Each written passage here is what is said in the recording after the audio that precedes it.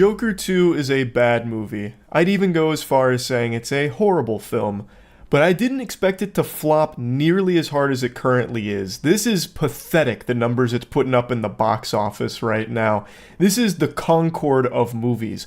The studio stands to lose roughly $150 million based on the estimates right now if the projections keep being followed. It is disastrous. I thought no matter how terrible this film was, it would still do well in the box office because it had such a large fan base that I thought would go see it no matter what, just to give it a chance. Nope. That wasn't the case at all. If you needed to escape from authorities and needed a place to lay low, buy a ticket to Joker 2. No one would ever check that auditorium. No one is going there. Those theaters are more empty than the room Squidward goes to be all alone in the void. It's bad. Also, I make that reference with Squidward a lot. That's just something that's always in my noodle. That's probably still one of my favorite scenes in SpongeBob. But anyway, right now, Joker 2 has opened to a $37.8 million box office domestically, which is actually lower than Morbius. What great company to have right there. It has done worse than Morbius so far. Now, globally, Joker 2 has brought in about $114 million, which isn't the smash success they were expecting it to be. That number sounds very high, but with the amount of money they put into it, it's still not doing well at all. And in the domestic box office, it's horrific. They're starting to realize Joker 2 isn't a tragedy, it's a fucking comedy. Everyone is pointing and laughing at this thing. It super sucks. But not only that, Joker 2 Folie à Deux PU, this is the poop that just keeps on stinking, because not only is its box office performance lackluster, it has the lowest cinema score out of any comic book movie ever, at a D. Now, I'm not going to sit here and blow smoke up your butthole pretending that I know everything there is to know about cinema score. This is actually really like one of the few times I've heard of it, so I'm not the most familiar with it, but it's been around for a while and it is a consistent score that pulls moviegoers after seeing a movie just to kind of gauge reactions, and then they assign a grade to it. And prior to Joker 2, the record holder for lowest cinema score for a comic book movie was Fantastic Four from 2015, which had a C-. That movie is still, to date, one of the most hated comic book movies of all time. And now Joker 2 is below that. That's mind-boggling. And they also put it in another perspective here. Borderlands, which I believe is the worst movie of this year, by far, I think it is significantly worse than Joker 2, actually has a D+, meaning that it has a higher score than Joker 2. And Madam Web, which I believe is one of the worst comic book movies of all time, has a C+, so significantly higher than Joker 2. Initially, I just assumed that all cinema scores would skew on the very low side of things, because when people go see a movie that's bad, like a Madam Web, like a Fantastic Four, like a Joker 2, their initial reaction is obviously going to be anger, like, I wasted money on this is absolute dog shit, thus the cinema scores would always be low. But when I saw Madam Web had a C+, I realized that just wasn't really the case. There are people that go see these objectively dog shit films, and they just have dog shit taste that aligns with it, so they liked it. So Madam Web having a C+, it's not always just going to be the most outraged of people every time. Joker 2 is so universally hated by critics and audience alike that even just gauging moviegoers' experiences, you're getting mostly negative without very many positives. So this movie failed on everything it tried to do. I think one of the main contributing factors for everyone's disgust with the film is how a lot of people went into this not even knowing it was a musical. I knew that going into it because it had been talked about prior, but if you only went in based on the trailers and based on how much you liked the first one, you would be caught completely off guard by this being a fucking musical. The trailers try their best to hide that. There's little hints that there might be some kind of music scene, but there is nothing in the trailers that would have you going into this thinking that you're getting a full-blown fucking Red Alert musical. So a lot of people felt really misled by that, and I imagine that contributed heavily to how much they hated it. Now, I don't agree that Joker 2 Folie à Deux is the worst comic book movie ever. I think that is an absurd claim. There are significantly worse comic book movies, and it is definitely not worse than Borderlands, but I do agree that Joker 2 is the most disappointing movie, most disappointing comic book movie. It is shocking how you'd follow up a movie that was so well regarded, Joker, with this sequel that seemed to really hate the first film. This movie like kind of went out on this vendetta to try and undo everything of the first film, and it just sucks. And even if it didn't have that grudge against the first movie and its success, this film on its own two legs is also trash. It's a terrible plot. It's a really messy clusterfuck of a narrative. Like, nothing really works here. The movie ends in the exact same spot that it begins, with pretty much nothing changing and an abrupt death. It is the least satisfying film ever that has nothing redeeming about it, really. Aside from some good performances, and I guess if you really like musicals, there's a couple of songs in there that are just good songs, but even the musicals are lackluster because they don't really tie into the story. It's just unsuccessful with everything that it did, and it did not do much in the first place. I was talking with a buddy of mine about how shit Joker 2 was, and we were just kind of spitballing like what made it so bad and how it even got to that point. And then later he sent me this post from Culture Crave that kind of gives bullet points on how this catastrophe came into existence. So I've heard some of these, but some of them were brand new information. So apparently the idea came to Joaquin Phoenix in a dream. And there's multiple sources that corroborate that little nugget of lunacy. It turns out that it was Phoenix who came up with the idea for the sequel, which came to him in a dream. And he and Phillips brought this idea to former Warner Bros. Chairman Toby Emmerich, according to sources. After one insider was asked who the movie was made for, they responded with two words: for Joaquin. That is so silly. I hear that a lot, actually, though. That's a pretty common cliche where if people are asked about something like, how did this come to be? Some people will default to just making up some pretentious nonsense like, oh, it came to me in a dream, actually. I doubt it. I really doubt that. But let's just assume in this case it's real. Joaquin Phoenix had a dream about Joker 2 being a musical. Just keep that a dream, buddy. Like, that's a stupid idea. That's not even something worthy of taking to anyone. That's embarrassing. And what's even more embarrassing is how up his own ass Todd Phillips is that he thought that that was a great decision, and he thought he knew better than everyone else, so he shunned the rest of the department to do his own thing, because he knew better. He had the billion-dollar blockbuster mega-hit Joker. He can do no wrong. So he ran with this stupid idea that came to Phoenix in a dream. They also apparently tossed around another stupid idea about putting it on Broadway before making it into a film. Though I guess admittedly it would have been better on Broadway than in a movie setting, because at least then they could try and make the musicals work and weave it more into the actual plot. But unfortunately we were cursed with this film. Todd Phillips had free reign with Warner Bros. Wanting him to do his thing, and the film had no test screenings. Because why would you test screen this? Todd Phillips knows what you like. Clearly, he's in your fucking walls. He is in your noodle reading your mind. He's delivering that fire that you've been looking for with Joker sequel. Lady Gaga signed on before the script was finished. That one I don't think is that big of a deal. She is a talented actress, so if she signed on because she was excited for the script even though it wasn't done, I don't think it's that surprising or that big of an issue, but I do imagine she might have some regret with agreeing to do this before seeing the final script, because this has become a joke. Next, the new DC boss, James Gunn, had zero involvement, gave notes, but Todd Phillips didn't use them. Used them for toilet paper, I'm sure. I mean, why would you try and give notes to Todd Phillips? I mean, he's got no blemishes on his resume. He knows how to handle a sequel. What could you possibly have notes on for Joker Folie à Deux? It's a fucking masterpiece, clearly. God, I don't know a whole lot about Todd Phillips other than his previous work, but his attitude for this movie is so yucky. It's so embarrassing just reading about him. The film had a budget of $200 million, which included a $20 million salary for Phoenix, $12 million for Lady Gaga. Not surprising, almost every blockbuster that comes out is in like the $100-200 million plus ballpark. I imagine this film in the marketing budget alone adds an additional $200 million to that figure. Musical aspects were largely downplayed in marketing, with director Todd Phillips at first insisting it wasn't one. I don't remember Todd Phillips trying to shut that down or anything, put the kibosh on it. For as long as I can remember, the film, since its official announcement, had always had that knowledge revealed that there was a lot of musical elements to it.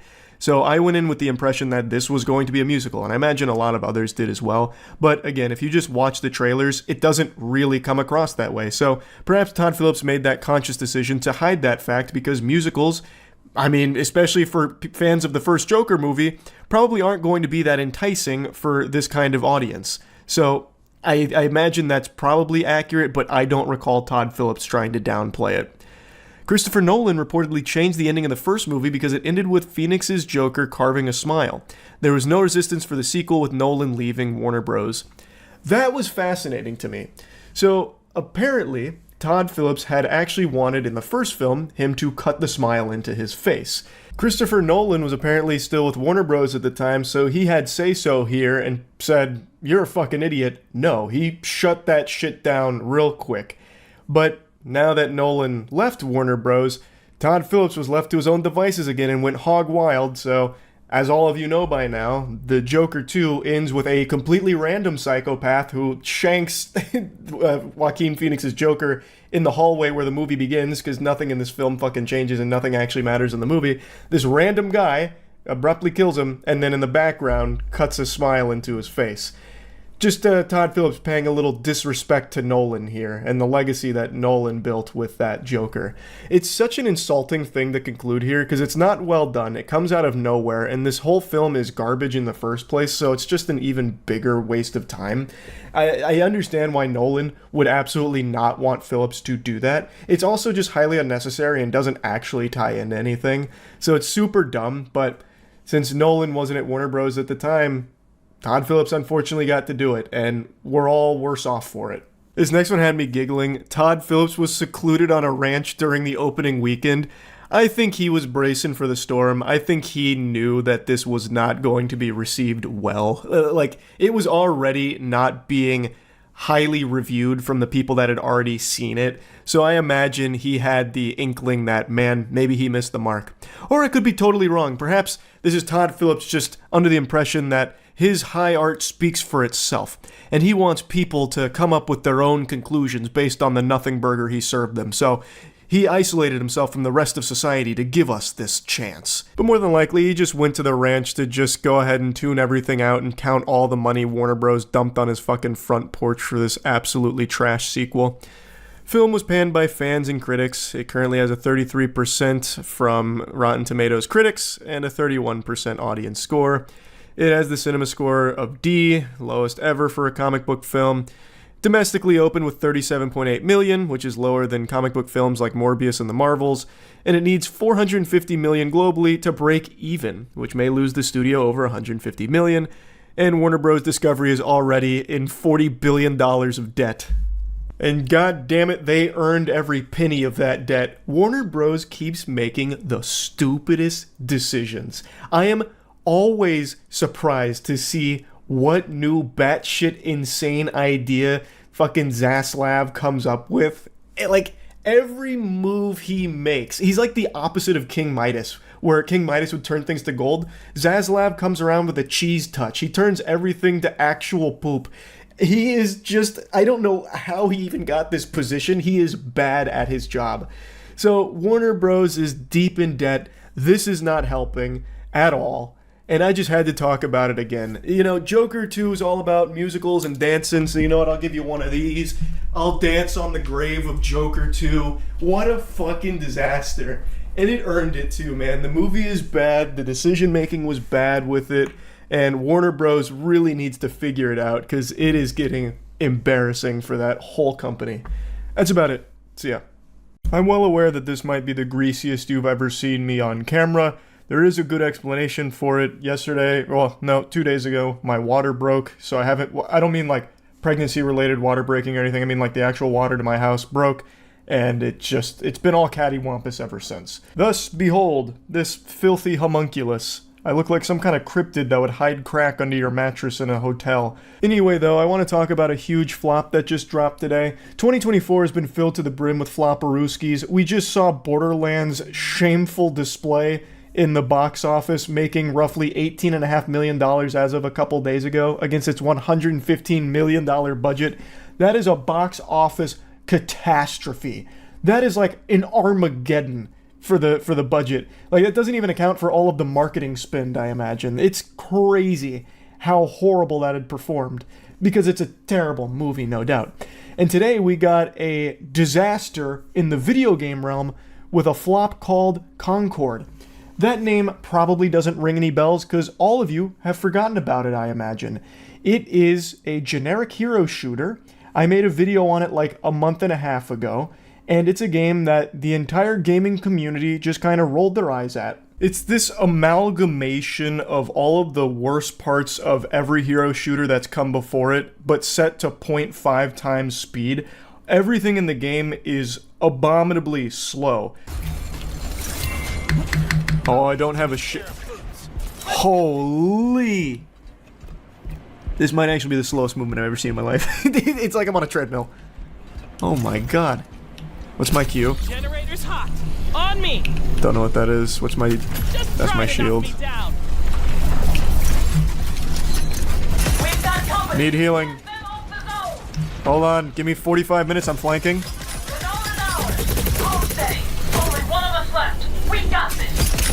Oh my god, the reload. That's tragic. Nothing's getting past me. Oh, I can't even play the okay. You have to switch characters after each round that you win. That sucks. I thought it was only if you were doing like really well. Can you never play a character again that you win a round with? They're locked out for the rest of the game. So you win a round and whatever character you won the round with, you can't play again for the rest of the match. It's like you're playing a Zack Snyder film where everything is in this nauseating, perpetual, slow-motion, hypnotic state. It's just not very fun. But it's also not unplayable or awful. Like, it's not good by any means. The worst part about it is just how generic it is. It's a game that nobody wants, and if anyone likes this kind of game, there's 50 other games that just do it better than Concord. And what's exceptionally delusional about Concord in particular is that it's a $40 game. It doesn't even have the common courtesy to be free to play like every other multiplayer shooter on the market. So this game was dead on arrival without even arriving a month and a half ago, because that was the beta, the playtest. Now that it's here, it has come, and let me tell you, no one's there to swallow it. It didn't even break 700 players on Steam. But if you want something tasty to swallow, get Goof Juice, available at gamersupps.gg/moist. It's the best flavor ever made, I assure you.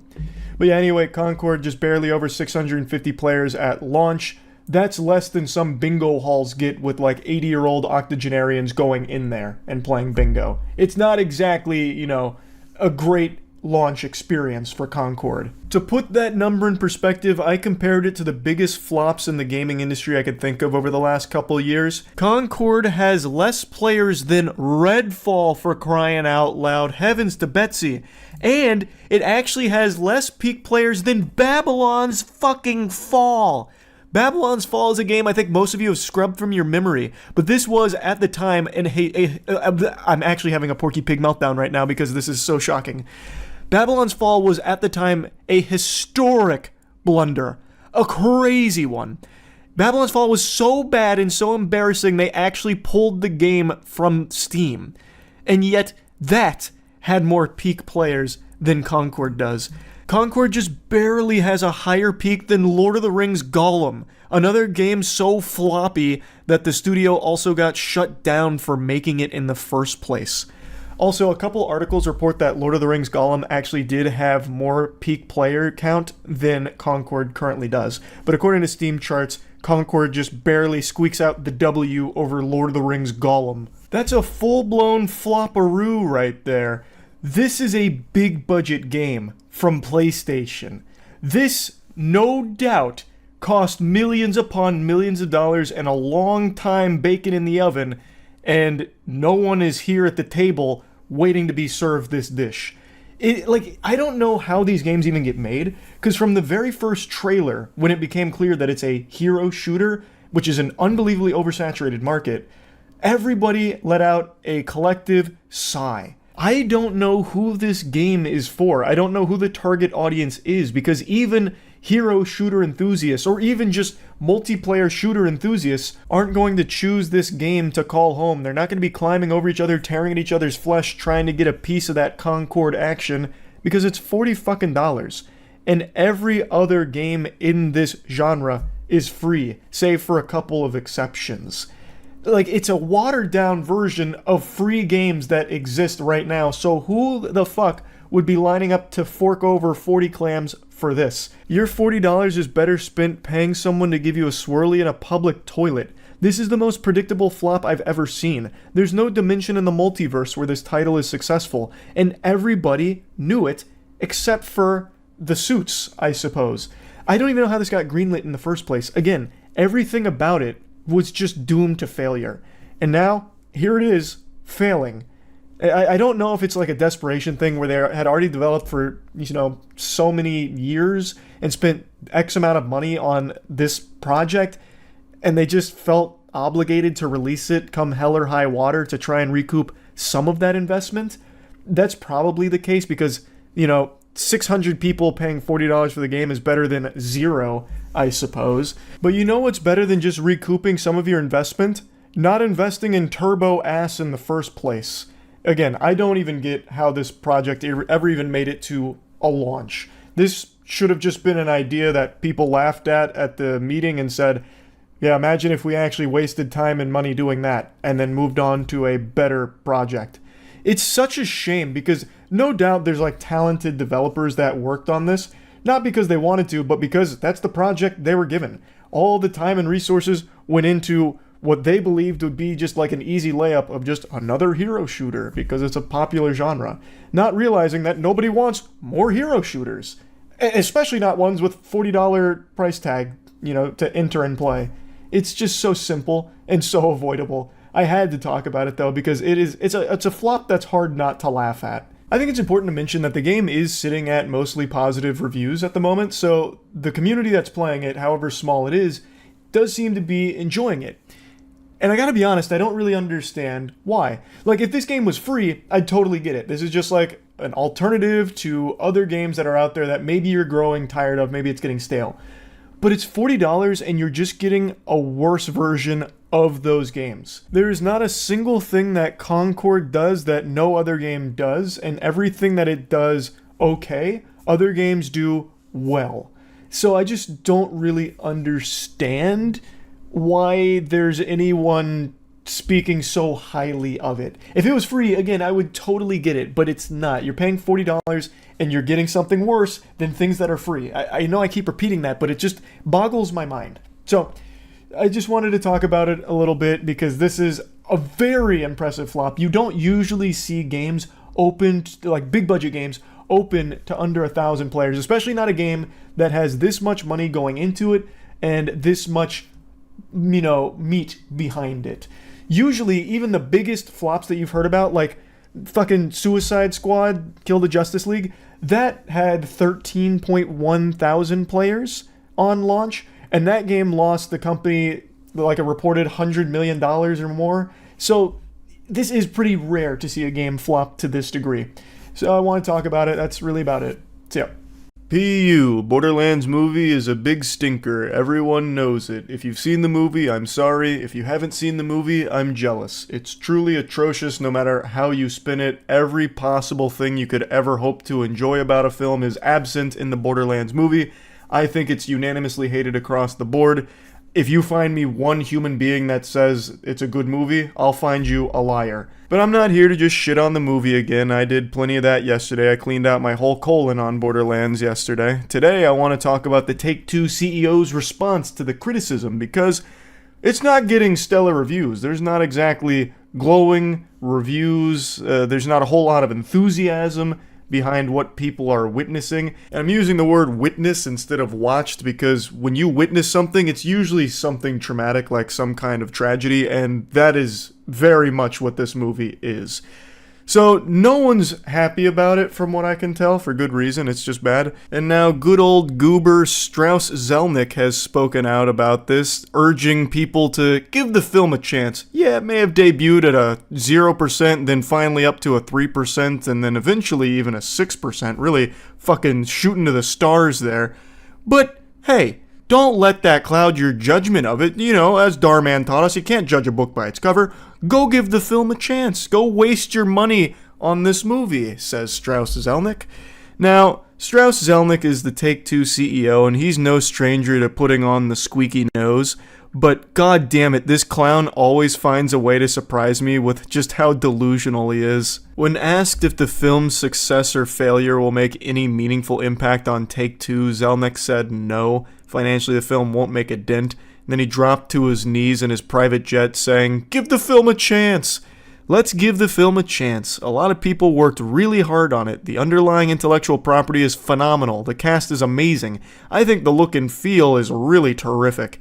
So let's see what audiences have to say. But to answer your question, no, the performance of the film wouldn't have a financial impact on us or on the franchise one way or another. I am certain Strauss-Zelnick has never touched Borderlands in his life. If he ever even held a game controller, I bet that shit would burn his flesh like a vampire in the sunlight. The guy is just a corporate drone. He is this husk that has human flesh grafted onto it. He's just this being of greed.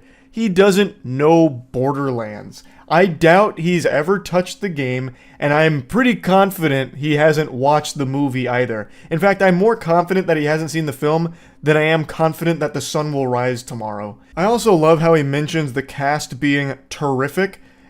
How out of touch can you fucking be? That's one of the biggest complaints about the film from everyone with eyes.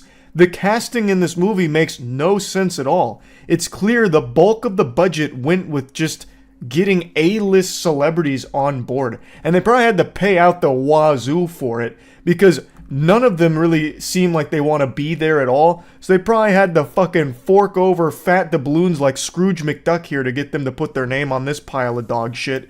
It is an embarrassing movie, and the actors seem embarrassed to be in it.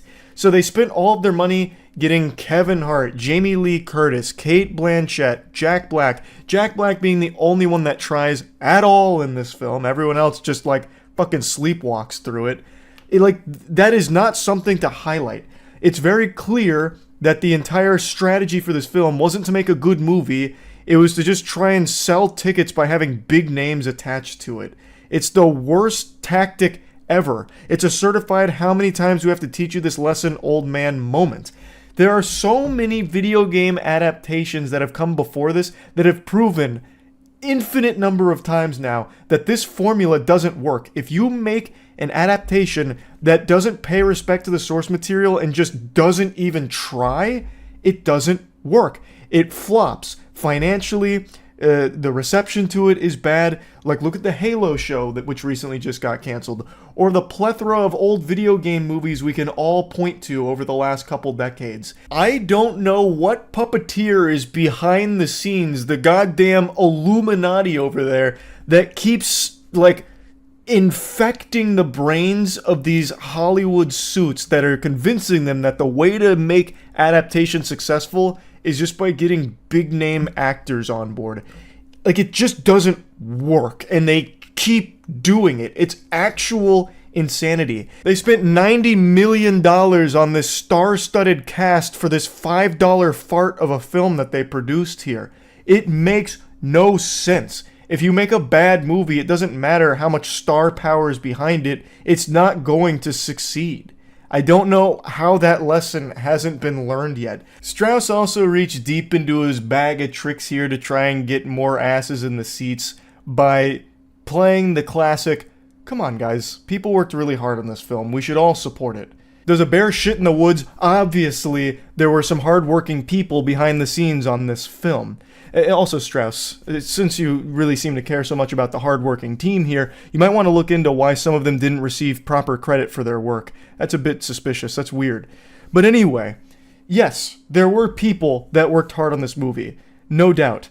But that doesn't mean that all of a sudden it's immune from criticism. It is not a good movie. And I would wager a guess that a lot of the people that worked hardest on this film were not the ones that were behind the scenes lobbying and pumping their fists saying, we need Kevin Hart in this movie, we need Cate Blanchett in this movie, pay fucking hand over fist amount of money to get Jamie Lee Curtis in our Borderlands movie. I imagine there was quite a few people that were actually passionate about Borderlands that were probably fucking crushed with what they had to do on this film, because it's not like they were at the top of the food chain putting together these awful decisions. And I also imagine the VFX department was dreadfully overworked, like Hollywood has become so accustomed to doing here, because ultimately the visuals are really rough.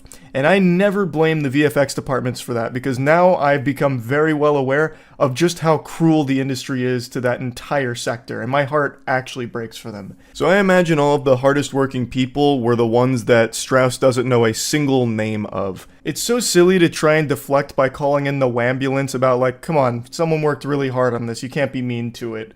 Like, that doesn't make any sense. It costs $15 to $20 per ticket to see this movie. That's a lot of fucking clams. And it's not worth it at all.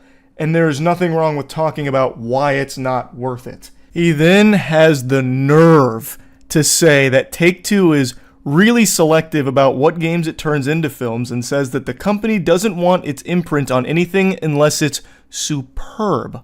Really, Strauss? You would consider the Borderlands movie superb? This would meet that criteria? He then goes on to just reassure everyone that it's not core to them, you know, they don't need to be doing this because it doesn't have like a massive effect on them, like their bottom line or anything, so it'll probably maintain its approach to only doing so selectively in the foreseeable future. But this article did remind me that there is another project in the work here, a BioShock film at Netflix. If that didn't oh my god, I'm having a full-blown Porky Pig moment here out of pure disgust. If that didn't send shivers down your spine, I don't know what will. A BioShock Netflix film following the banger that is the Borderlands movie. What a recipe for success, huh? Who's counting the days, right? Like, get your calendars ready. I can't wait for that fucking thing to drop. That's gonna be a real heater. Throw out all your DVDs and Blu-rays and forget everything you thought you knew about cinema, because it's about to be redefined with the next fucking Take-Two film project here with BioShock coming to Netflix. Oh my bussy trembles in fear at the thought of how bad that might be. If the Borderlands movie is any indication of the quality coming forward, we're in for a real treat with the BioShock film. I'm already just preparing to be really stunned at how bad that one might be. They'll drop like the announcement trailer and it'll reveal that James Corden has been cast as a Big Daddy.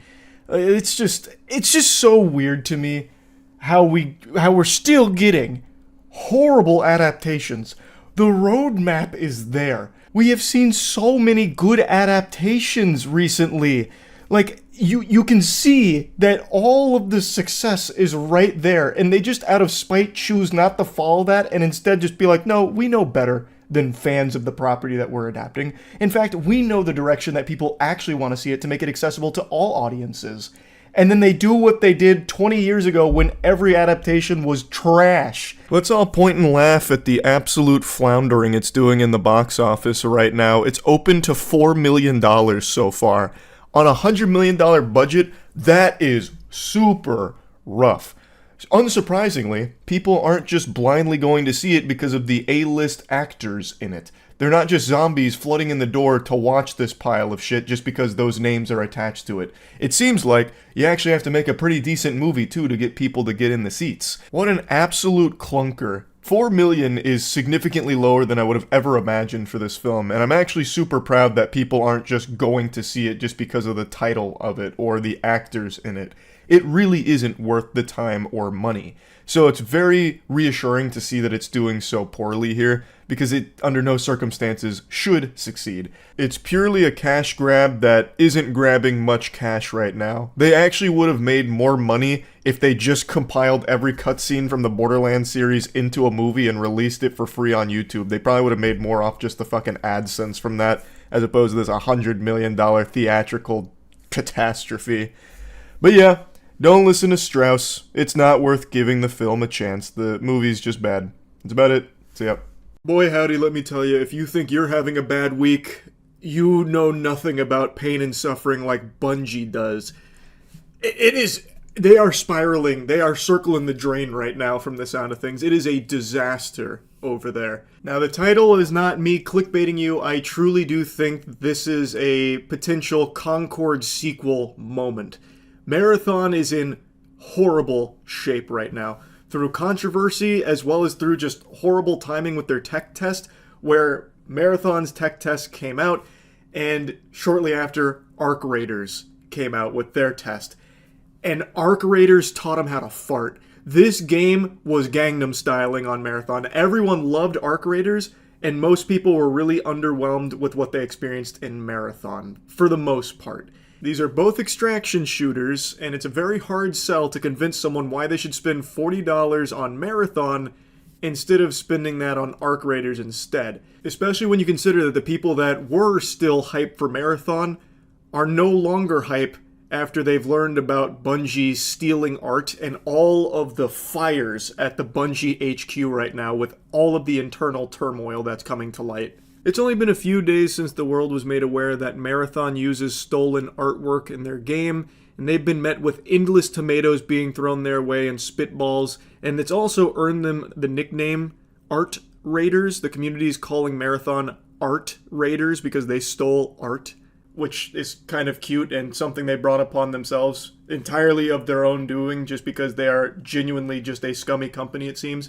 And these few days have probably felt like a few fucking years for Bungie for how agonizing this has been and how much additional information has come out since this. If you don't know the lore behind this, I'll go ahead and sack you with it real quick. An artist named Anti-Real came forward and provided tons of evidence and tons of examples and screenshots of her art being stolen and put into Bungie's game Marathon without paying her for it or giving her credit or asking permission or anything at all. It's just blatant plagiarism, and Bungie themselves came forward and confirmed that, yep, whoops-a-daisy, we did that. Now, they did downplay the amount of which they stole. It's a lot. They're making it seem like it wasn't, and they're also pushing the blame on some rogue employee, like fucking Ethan Hunt went crazy and, haywire. So a former Bungie employee did all of this, even though tons of Bungie employees, current ones, still follow Anti-Real's account. Also, not the first time Bungie's been caught stealing art. Crazy that it just keeps happening. Anyway, Bungie had a live stream where they were going to do, like, some Marathon information and talk about Marathon.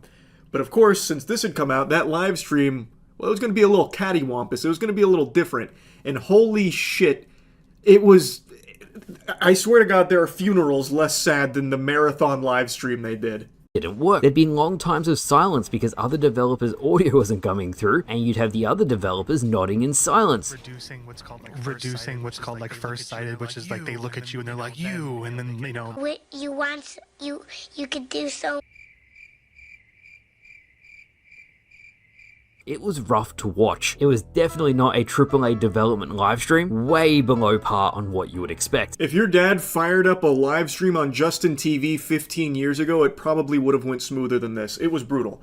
There were issues out the wazoo, audio issues, and it just looked like everyone in there was deflated. Especially the art director, the guy you see on the right side of the screen. It looks like he hasn't slept in days, and most of the time he just kind of sat there in silence with like this deadpan stare, just like staring a hole through you. It looked like, Bungie higher-ups had his family off camera, like in a hostage situation with a gun to their head or something. It was hard to sit through. This is absolutely something they should have just not done, because it wasn't productive either. They couldn't even show Marathon gameplay during this because I believe they weren't familiar with the extent of this plagiarism, so they didn't want to take the chance of showing more Marathon footage that had Anti-Real's art stolen for it. So you didn't even really get anything from this. It was actually just awful. And when they were addressing this plagiarism issue, it was uncomfortable to sit through as well, and really nothing of value was provided here through this stream other than just a really awkward, uncomfortable situation. Over the last couple days, there's been a lot of reports coming out saying things like Bungie leadership would constantly ignore devs' warnings and requests. Apparently, for the last 5 years or so, staff had been voicing concerns about the direction of Marathon, stressing that the game needed a PvP element to it, but Bungie leadership, which had been described by some as good old boy group, brushed off the warnings and requests. They also put on the big boy britches, playing a little hardball here, saying things that it's not aiming to please everyone. I think if you are only looking for PvE experiences, definitely Marathon is not the game for you. We are very comfortable saying, yeah, this isn't a game for everybody. This is a game for if you like PvP experiences, especially in sandbox spaces, then this is probably something you're going to enjoy. Spoiler alert, it wasn't. Even for people that have that specific taste in games, this was just lackluster for the majority of people that tried it. This was a game director that came forward with this statement here, and I gotta tell you, I know hindsight's 20/20, but maybe you should listen to your developers a little bit more. At least hear them out instead of just, sigh and tell them talk to the hand or whatever. Like, it's ridiculous. Another report came out alleging that the morale at Bungie HQ is in free fall, saying the vibes have never been worse. This is because of the response to the alpha, the players having such a negative reception to the game itself. And that was before the art theft controversy, so now it's even worse now that Bungie has been outed as plagiarizing art from Anti-Real. So everyone at Bungie, from the sound of things, is not having a good time. It seems like that place is hell on earth right now. And then today we got this little nugget from inside the Bungie soap opera. It just keeps getting worse. It is just so out of control. An ex-Bungie dev says Marathon leadership was extremely toxic and humiliating to work with. Bungie leadership needs to be gutted completely. I and every other sensible person on the planet couldn't agree more. It is clear that Bungie's leadership is dog shit, and has been for a long time. Even outside of everything we have now been privy to with Bungie and Marathon's development, everything that they have been doing with Destiny for years, I think has been completely unacceptable. I've talked about it a lot. The Destiny community has talked about it a lot. Bungie is a company that needs to change at the upper level. Like those top of the food chain zombies, like those people at the top of the totem pole, those like upper echelon suits, they've got to go. They are clearly steering this ship into a goddamn iceberg. And I already know when more layoffs come to Bungie, they've already done a big round of layoffs not too long ago, but when the next round comes, everyone that is responsible for this disaster will probably still be there. Because for some reason in the games industry, and it's not exclusive to just games, it happens in Hollywood too, you only fail upwards. So even though the actual upper level management is mostly to blame for this shit, they're the ones that are probably safest. Even though they're set to lose so much money on Marathon, so many clams flush down the shitter, they are going to instead lay off the developers most likely. That's my guess. That's how this always goes. Even though it's not their fault, the developers aren't the ones to blame for Marathon being weak. That falls on the shoulders of the people above them on the food chain there. I think Expedition 33 has proven that a lot of these AAA studios have extremely talented developers that just do not get a chance to shine or do anything meaningful or work on anything valuable. Instead, these fucking soulless husks that are motivated purely by greed force them to work on mid-dog shit like Marathon. Expedition 33, remember, that was started by some ex-Ubisoft devs that didn't like what they were doing there, so instead made the most creative and one of the most stunning games that is in recent memory. There is no company in the AAA gaming space more creatively bankrupt than Ubisoft, yet it's clear there is talent working there. They just don't get to do anything, and I think the same can be said for Bungie. They just don't get to do anything because of Bungie. As you've seen in the reports, they have voiced concerns, they have voiced wanting autonomy and wanting to make the game better or change the direction to make it more fun. They're actively being told no. They're being shut down. So instead, they're forced to work on this trash, and I bet when this flops, and I'm pretty confident it will flop, they will be the ones on the chopping block. It sucks. It just sucks. Anyway, though, I just wanted to talk about this a little bit more because, man, Bungie has had a huge decline. My God, this used to be a gold standard developer and a dream job for so many people. Look at it now. Yikes. Anyway, that's really about it. So yeah. Many of you have been sleeping soundly, ignorant to the fact that history is unfolding right in front of our fucking eyes right now.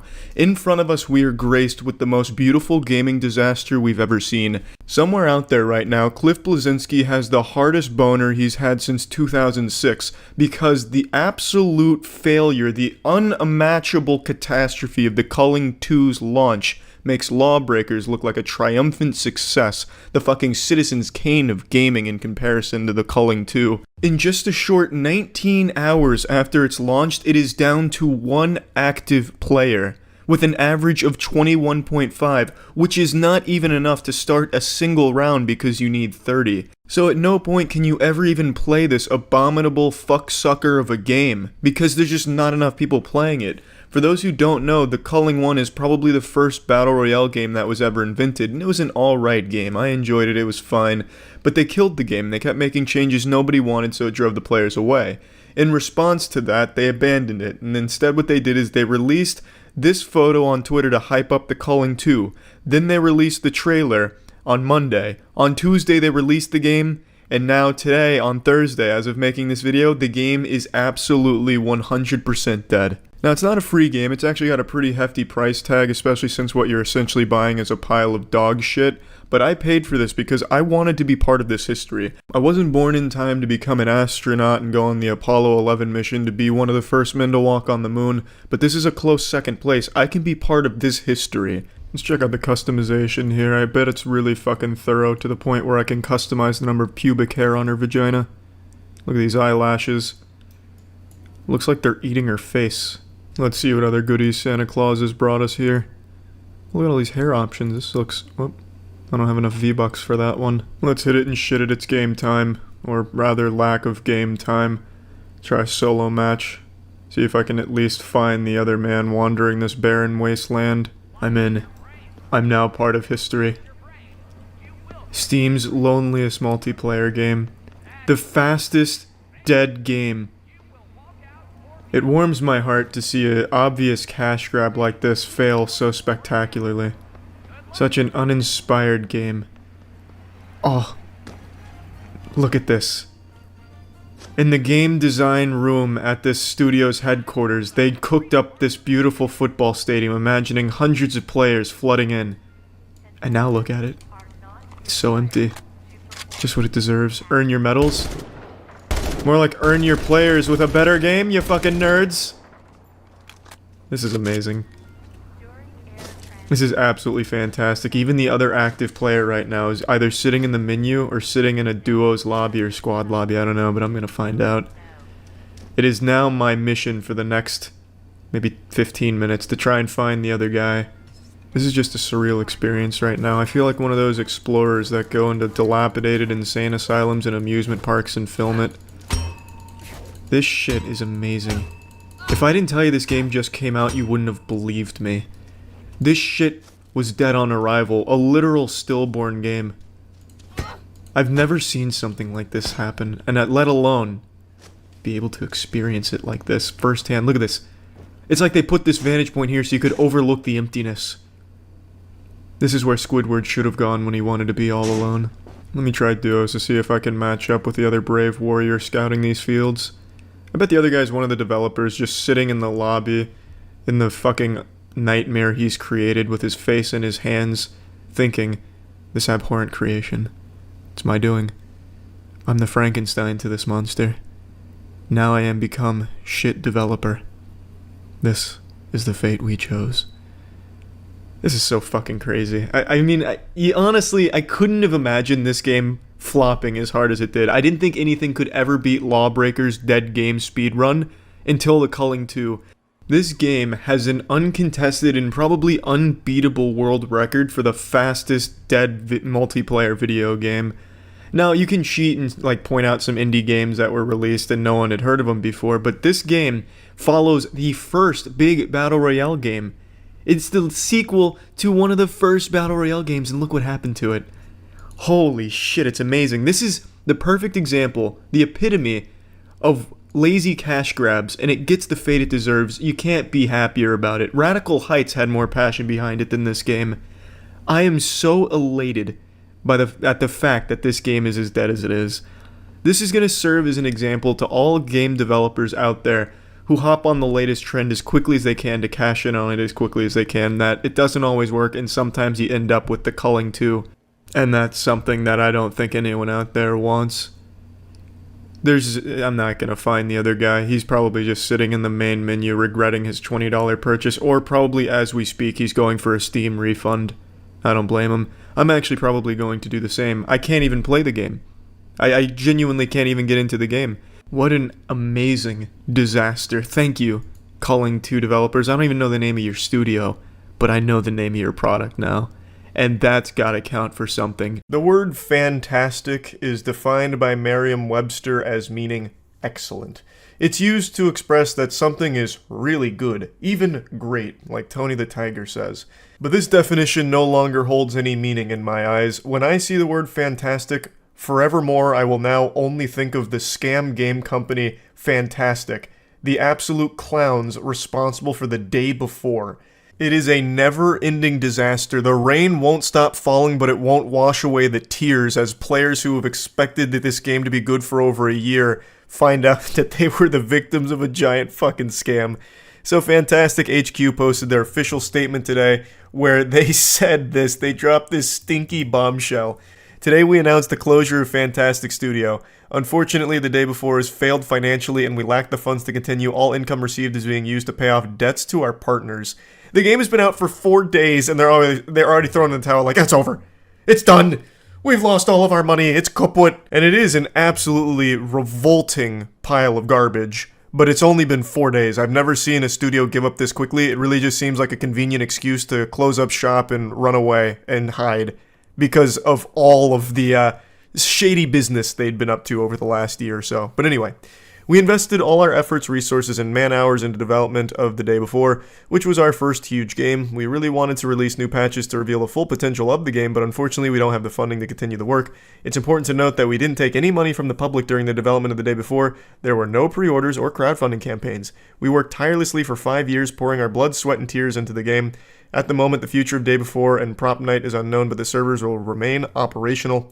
We apologize if we didn't meet your expectations. We did everything within our power, but unfortunately, we miscalculated our capabilities. Creating games is an incredibly challenging endeavor. We're grateful to everyone who supported us during these difficult years. It's been a fantastic journey over the past 8 years. And then they go through their resume there. So the reason they keep driving home the idea that, hey, we didn't take any money from anyone during the long time of misleading the public into what we were actually working on. We didn't take any money. Thus, we can't possibly be misconstrued as some kind of illegitimate business or a scam. But there's many other ways you scam people besides taking their money directly. Like, you did inadvertently end up taking people's money through false advertisement. You did technically scam them because you advertised an open world MMO game, you advertised so many things that aren't in the actual game you released, and so many players still thought that's what they were going to get with your package. So you did still take their money eventually, even though it wasn't crowdfunded in the beginning. You still ultimately did scam your audience. But anyway, I want to break down the whole situation around this studio as well as the day before, and also there's a little bit more that's going on here besides just the closure of their studio that I'd like to talk about. I'll get into all that in just a moment. First, I want to talk about Opera GX real quick.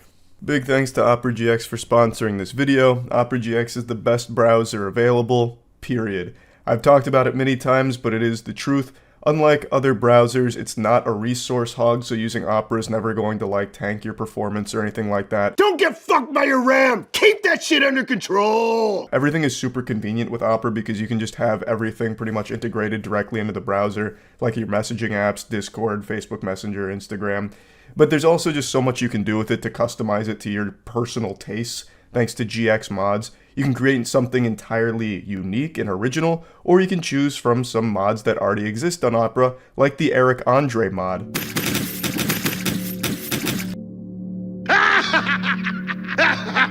Customize sounds, wallpaper, colors. Do whatever the fuck you want. Another fun feature is the GX Corner, which can keep you up to date on upcoming video game release dates as well as the best deals around, so that way you can find the optimal spot to shop for the upcoming game. It's just so many fun features that Opera has. I highly recommend using Opera as your browser from this point forward. You can click the link in the description below to get started, and thanks again to Opera for sponsoring. Get Opera GX! Now, I'm just going to break down the basics of this if you haven't followed this story. It's something I've talked about for about a year now, and the game just came out, so it's being talked about again. I also just made a video on it. But the day before was Steam's most wish-listed game. It was a series of trailers that were advertising a product that never actually existed, and the developers, their studio, is called Fantastic. Thus, they're responsible for the most misleading marketing I've ever seen. That would be like me trying to market myself on Tinder as being 6'5". Like, you can't really tell in a lot of the photos, but eventually, someone's going to find out that I'm not that tall. And that's exactly what happened with this game. Everything they were showcasing, this open world zombie game, never actually existed. So what happened is, what did release 4 days ago is this fucking mess, this wonky piece of shit that is unplayably bad. And it's clear that they never ever had that product they were showcasing for a year that people were so excited for. Now, I have a working game theory on what exactly led to all of this. I truly think Fantastic as a studio made all of these trailers to generate as much hype as possible to get like an audience hooked on their idea, their concept, to try and sell it to investors, to get a lot of investor backing behind it. So they go through this nefarious plot. They do get a ton of people excited for the day before, most wishlisted game on Steam and all that. But maybe no investors ever bid. Maybe they never received any investor backing. So then maybe they felt as though they were pressured at that point. They had their ass held to the fire. They have all of these people demanding a game that they don't have and they don't have the ability to make. And perhaps they were fearful of a potential lawsuit for what they were doing. So then they cobbled together this piece of shit in their colon and poop it out onto Steam 4 days ago, and the rest is history. It's bad. Everyone hates it because it's really, really bad. And now they feel as though they can comfortably wash their hands of this whole chapter of the book and walk away without being in like legal trouble or anything like that. That's what I think happened, because I have no other explanation for why they would make a fake trailer, make fake trailers for a game that they weren't actively making and never were actively making. It doesn't compute. If this was a Kickstarter thing, then I'd get it. Their whole plan was to scam people by getting a ton of money in this game they weren't making. Like, that happens all the time on Kickstarter. But here, they weren't making money throughout this process of, like, misleading people. So what the fuck was the point? I can't quite figure it out. So this is the best theory I have for it.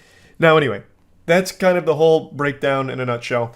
Now, I definitely want to mention that the game is no longer available for purchase anymore, apparently. So everyone who's got the game has a rare gem on their hands, because you can't buy it anymore. They closed the studio and they closed access to the game, which makes sense because how could they keep the game open if the studio's not there? Where the fuck would the money go? It'd just go into like an endless void. But it seems as though the goal for this group of goofballs is now to erase the day before from the internet entirely. To wipe its presence, just poof into the night, vanish, so people could move on and forget, and they could all go to their next big scam project, perhaps, because that seems to be the direction that they're trying to go. And also, it's worth mentioning, when the day before released, they themselves posted this bullet point list of very odd things. This is just a really fishy thing that went up, and it immediately sounded some alarm bells for me. On stream, I even said to one of the players, well, I didn't say it to him. There was a player in my day before lobby who was like, man, I can't wait for the updates to really smooth out this game. I said that that's never happening. I knew this game was never going to be updated. Like I mentioned, this feels as though they put it out because they felt they absolutely had to, and they had no other choice but to produce something tangible. And now that they did, they run away and can pretend it never happened. And this bullet point list is the main thing that made me feel that way. So it's like, to our future player who will dive into the game on December 7th, we made this for you. So like almost a little victory lap, you know, it's a celebration together. We'll continue improving the game and adding content. That didn't age well. It didn't even make it a fucking week before they put her down, took it behind the barn. They then have a bunch of mumbo jumbo to the haters. To a person who didn't believe in us, we made this game for you too. We accept any kind of criticism and don't hold a grudge against you. Before we continue moving forward together, kindly allow us to note a few things. Please forgive us for not doing the best marketing and teasers. We learn something new and improve ourselves every single day. Jesus. you made teasers and marketing for something that never existed. And they also copied quite a bit of things from those as well. Please don't accuse us of scamming. That's not true. We didn't take a penny from anyone. Literally begging people to just stop calling them Scam Game, even though they are Scam Game Studio. Like, this is still a scam. Please don't accuse us of asset flip. That's not true also. Our team worked day and night for 5 years to make our dream game a reality. which is also not true because the actual fucking city map is an asset. They used assets. Like, I don't know why they're just blatantly lying about it. And then please don't underestimate our work. It wasn't easy. We are like you, we worked hard, and we're incredibly happy that our game will finally see the light of day for everyone to explore. Saw the light of day for 4 days. It didn't even make it long enough to learn how to crawl before you gave up on it. Well, it was always the plan to give up on it, clearly. I think that was designed from the beginning. They got a huge influx of cash. I think they had like a peak player count of like 30K. That's a lot of money. Like, that is actually a lot of money that they got up front for this fucking game, this pile of shit. So they did make a pretty penny off it and then bounce. They just said, we're out.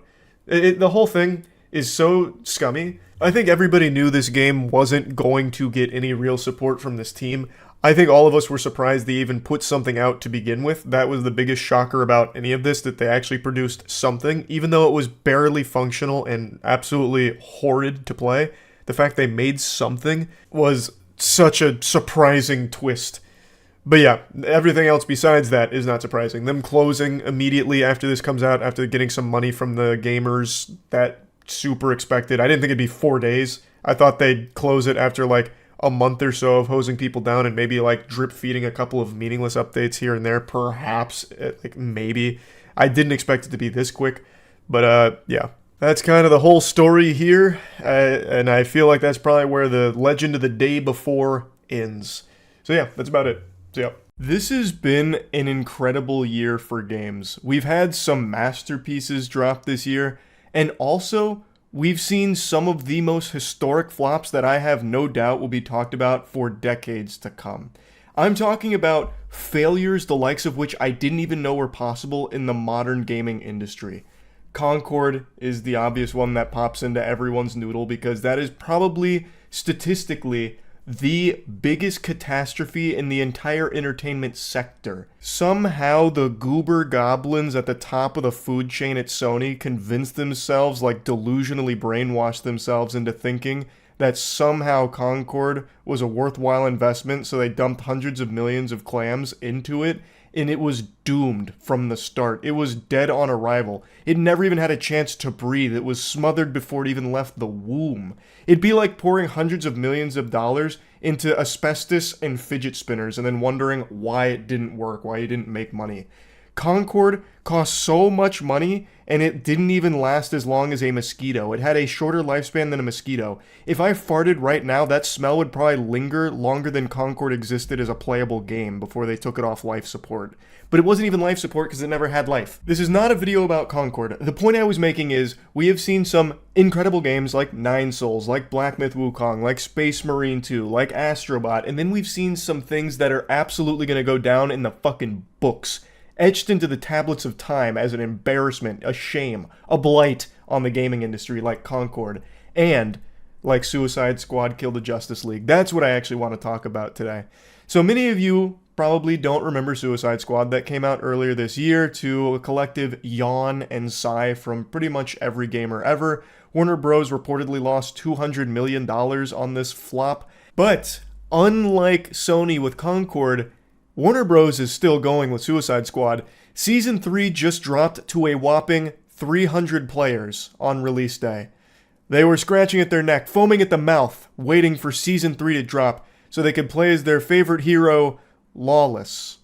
I don't know who this character is. It doesn't seem like it's a character many people were expecting, much like how Season 2 brought Mrs. Freeze, where most people were expecting it to be like a bigger character in the universe.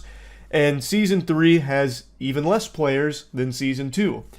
And now, 2 days after it dropped, it's back down to like 100. It is struggling. It never really got off the ground running in any way, shape, or form. But they're not giving up on it. They're still giving it CPR on this cold corpse here. 300 players, and they're still putting resources behind this. They said $200 million in the shitter, we can do more. We can shovel more money into the fucking furnace here. So they keep putting content into it. And it got me thinking, what's more shameful? Concord only existing for 2 weeks before they realized what a joke it was and they just pulled the plug? Or Suicide Squad still getting updates so many months later that nobody wants, it doesn't improve the game, and it's still laughable? Which one is worse? I don't have the answer because both have pros and cons. Concord, you know, the star that burns brightest burns out quickest. You had 2 weeks of playtime, 2 weeks of fun with Concord, and then it's gone. And now it just exists as a myth and the punchline to many jokes. Suicide Squad, though, it's still trotting along like an injured animal, still just like crawling its way through the desert here. I think that actually might be more sad. I feel especially bad for the developers that have to keep putting content into this, knowing full well no one's playing it, no one wants it, and it's probably not content they want to make either. It's decisions from the suits that say, hey, we marketed it as a live service game, we got to keep putting shit in it, sorry, so you're going to put this shit in it. So they do.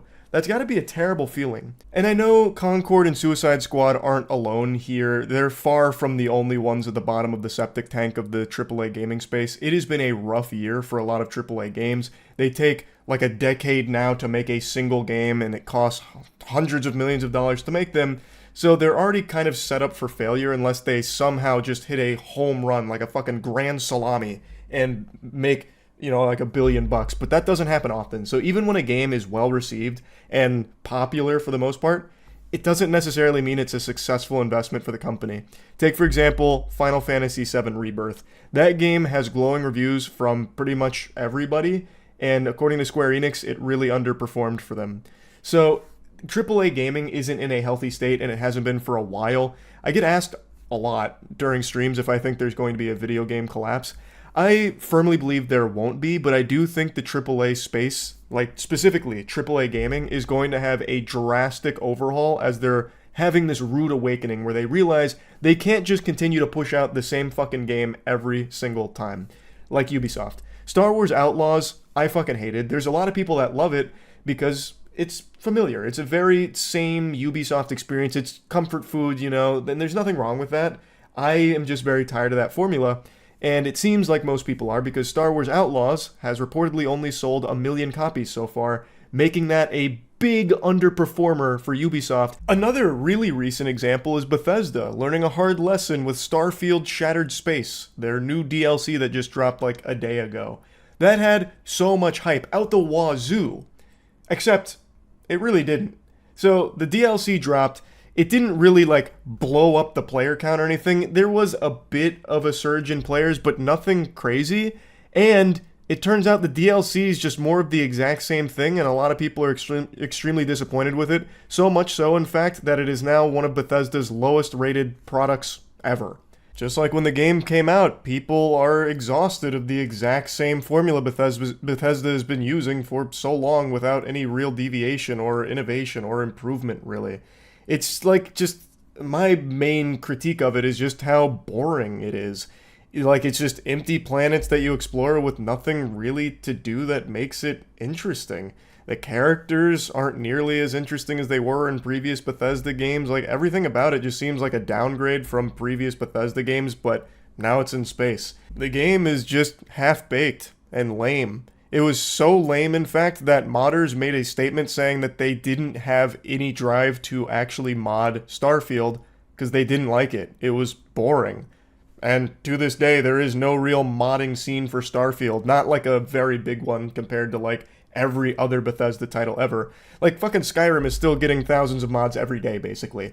It's like Bethesda titles and mods used to go hand in hand. They were like peanut butter and jelly sandwiches. Till Starfield. No one wanted that peanut butter and jelly. That was a fucking peanut butter and ass sandwich, and no one was wanting that ass. It's just, these companies are putting more and more money and more time into developing worse and worse products. Somehow, even though the technology, like with the Unreal Engine and everything, continues to evolve and get better, somehow the games don't. And I'm talking about AAA gaming. I think indie gaming is in the best state it has ever been. The lower budget titles are fucking crushing it this year. Absolutely crushing it. Like Nine Souls. I can't sing Nine Souls praises enough. But AAA companies, I think, are so fucking lost in the sauce.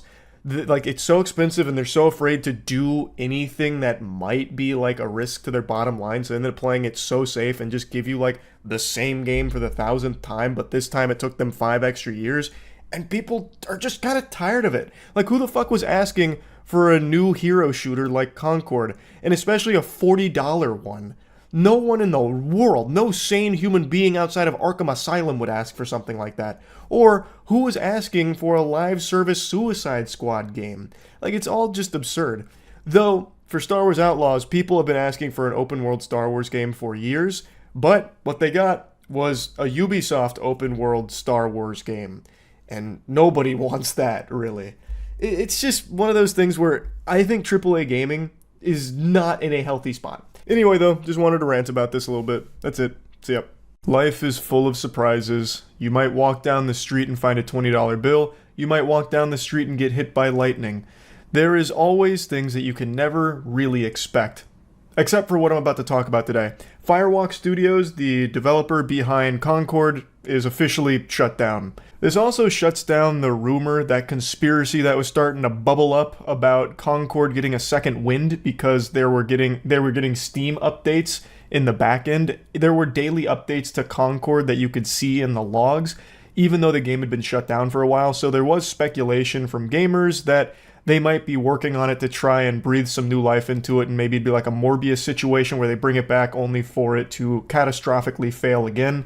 Clearly that wasn't the case. They weren't exactly cooking up the new Manhattan Project behind the scenes for Concord's revival. I still don't know what they were doing on the back end. I think it was probably like when you have a flood and you go in and take pictures of the damage for the sake of insurance. That's probably what they were doing, because this was such a financial disaster, the likes of which humanity has never seen before. So they were probably doing something like taking the code in order to like lock it up in some kind of tomb, never to be touched again because of how awful it was. I have no clue. But clearly it wasn't for the sake of bringing the game back, because it's never coming back. It is officially dead in the dirt, never to see the light of day again, and now the developer behind it has been shut down. I think everyone knew this day was coming because of how much money Concord lost. A historic flop. Like, this flop doesn't even do it justice. There doesn't exist a word in the human language that can describe just how horribly this game fumbled. It is unbelievable.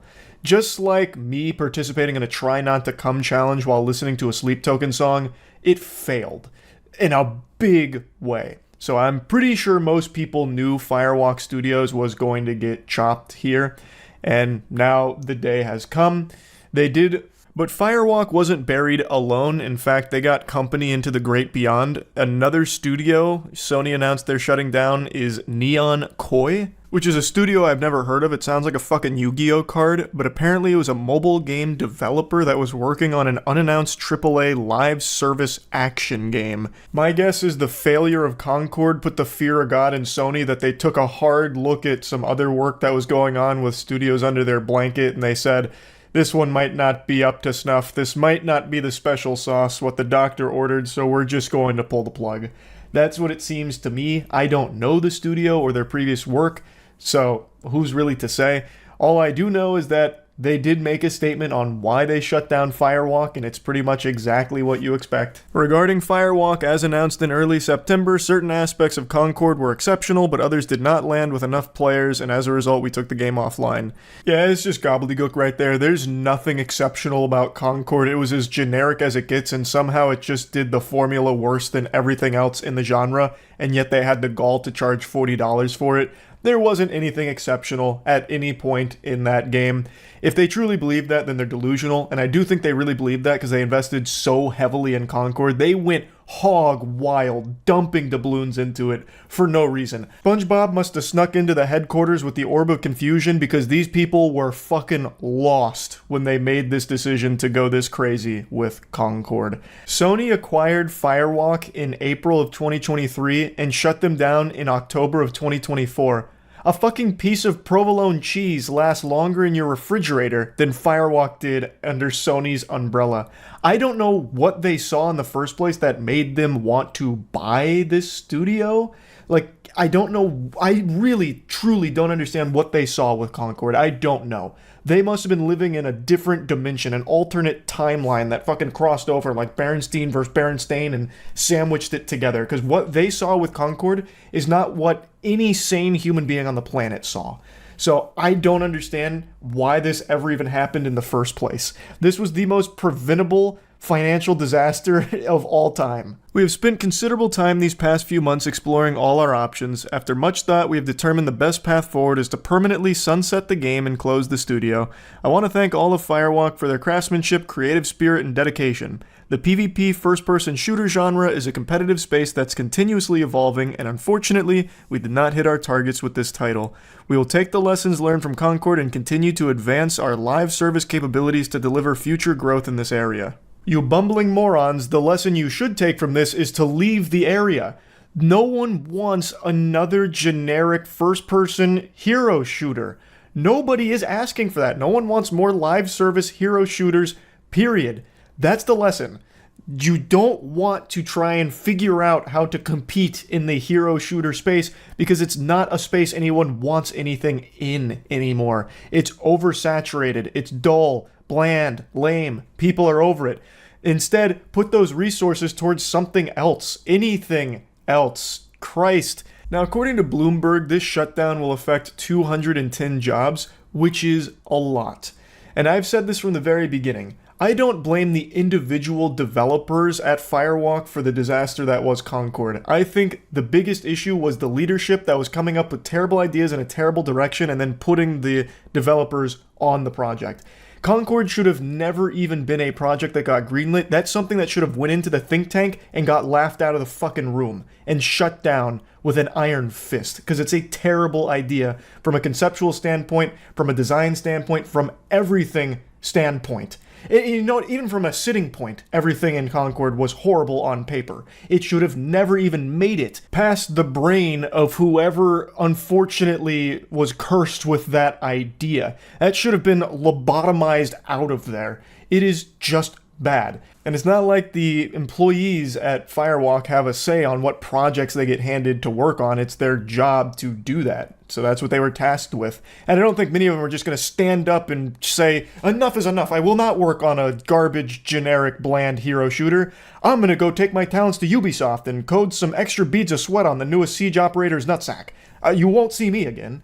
Like, they have a job that is a competitive field, and they were tasked with making fucking Concord, which must have been an awful feeling for a lot of them, I imagine. I just don't personally blame each individual soul that worked on Concord for how boring, bad, bland, shitty the game was.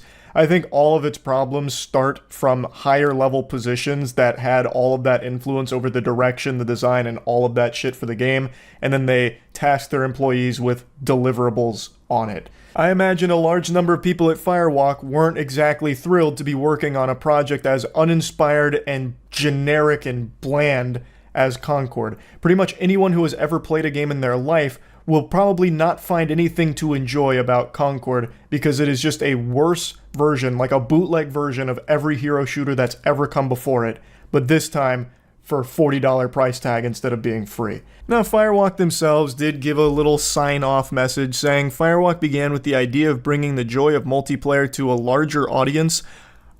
Like, this isn't 2002 anymore. Like, I don't exactly know what they mean by that. Multiplayer games are the most popular games on the planet. Like, take, for example, Fortnite, which has been a cultural phenomenon for so many years now. It's not like multiplayer is this unheard of, obscure thing. I don't know what larger audience they thought they were going to attract with a generic $40 hero shooter. That doesn't make sense to me. That just sounds like PR speak with absolutely nothing behind it. Just a hollow sentence with no real meaning. That's like a statement my grandmother would have made when she was talking about gaming, because she still just believed gaming was only like Pac-Man on an arcade cabinet. Like, I can't just not harp on this sentence. The joy of multiplayer to a larger audience. What in tarnation? It already has like the largest audience on the planet. The only thing more popular than multiplayer gaming is maybe like getting the common cold. Like, there are so few things that have reached this many people. I don't know what this statement is even trying to say. It's ridiculous. Along the way, we assembled an incredible team who are able to navigate growing a new startup into a team during a global pandemic. Firewalk was founded in 2018 and was very small for its first couple of years, only entering full production in 2022. Build a new customized next-generation FPS engine in Unreal 4 to 5, delivering top-tier gameplay feel, beautiful worlds, and a performance 60 FPS technical experience on a stable and scalable backend on PS5 and PC to hundreds of thousands of players in our beta. I like how they threw in our beta, because everyone was about to call fucking baloney on that. That was about to be a Phoenix Wright objection moment right there. I don't know the player count during the beta, but it's not like the game was good then either, so I'm assuming everyone that played the beta, the hundreds of thousands, realized that this was not going to be worth time and money, and which is why it had such a fucking disastrous launch. I also don't know what top-tier gameplay feel they're talking about, because playing Concord felt like nails on a chalkboard because of how mind-numbingly boring and samey it was to every other game in the genre, except slowed down to a fucking crawl. It was a glacial speed. Everything set to like a 0.5 speed. It was miserable in terms of the speed of the game, so it was not a top-tier gameplay feel. Unless you like the feeling of walking around with poop in your shorts, because that's how every character controlled. Manage an acquisition, integration while readying technical and preliminary tests, and ultimately ship and deliver a great FPS experience to players, even if it launched much more narrowly than hoped against a heavily consolidated market. We took some risks along the way, marrying aspects of card battlers and fighting games with first-person shooters, and although some of these and other aspects of the IP didn't land as we hoped, the idea of putting new things into the world is critical to pushing the medium forward. The talent at Firewalk and the level of individual craft is truly world-class, and teams with Sony Interactive Entertainment and across the industry will be fortunate to work with them. Please reach out to recruiting at PlayStation for inquiries, and thank you to all the very many teams, partners, and fans who supported us along the way. That last little tidbit right there has the same energy of me standing up in front of my room right now and saying, thank you all for joining me here, everyone, for the Charles as the Optimal Height Club. And it's just me, like one fucking person. That's the thing with Concord, it just didn't have many fans. Not only did it not have many people that played it, but even of the people that played it, there just weren't many people that liked it.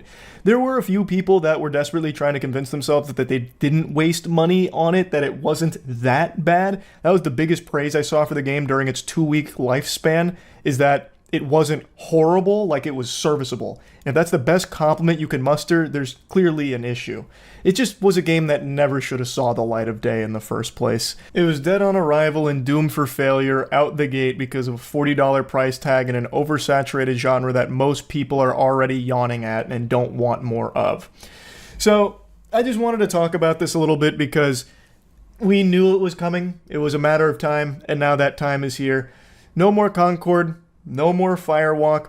The rumors of Concord maybe coming back, I don't believe will ever happen unless Sony tries to turn it into like a joke or something. I think the last we'll see of Concord is going to be that episode in the upcoming Amazon Prime show, like Secret Levels or whatever it's called. And I think that might even just get pulled because of how embarrassing that would be to see that blemish once again take life in some form. But if it does come out, then I think that will be the final chapter of Concord. But yeah, I wanted to talk about this a little bit. That's it. See ya. What's the best Goofy movie of all time? For the millionth time, it's Moonfall. There is no movie... I will just say there is no movie more entertaining than Moonfall. There is no movie that will keep you talking for as long as Moonfall will. There's nothing even close. He's the tier 1 good man. Should I watch Moonfall tonight? Yeah. I'd say don't watch it alone. Watch it with a friend. You guys will be spitballing theories back and forth on what the fuck you just watched. When's the watch party? Hey man, they still haven't updated watch parties. Like I said, I'll do it the second they actually make watch parties like an actually good feature on Twitch. But it is highly neglected. Have you heard of a movie called ZYZZYX Road that grossed $5? Yep. That's infamous. Everyone knows that. Oh, I guess maybe not. Chat doesn't know that. There's a movie called ZYZZYX Road. I forgot who's in it, but it had one big name. Oh yeah, Katherine Heigl. It came out 2006 and it made $30. $5 per theater that it was shown at. $1.2 million budget. I think it is, to this date, still the biggest flop in cinema history. I'm pretty sure. Wasn't the producer trying to make it flop? That just sounds like cope. That just sounds like a villain, like, it was all part of my plan. In fact, I wanted to lose over $1 million on this movie. You fools played right into my strategy. I think what actually happened is just nobody wanted to see it. It's a terrible name. ZYZZYX Road? It's a stupid name. The trailer's trash. Oh, here, I see. You're shown once a day at noon at Highland Park Theater in one auditorium rented by the producers for $1,000.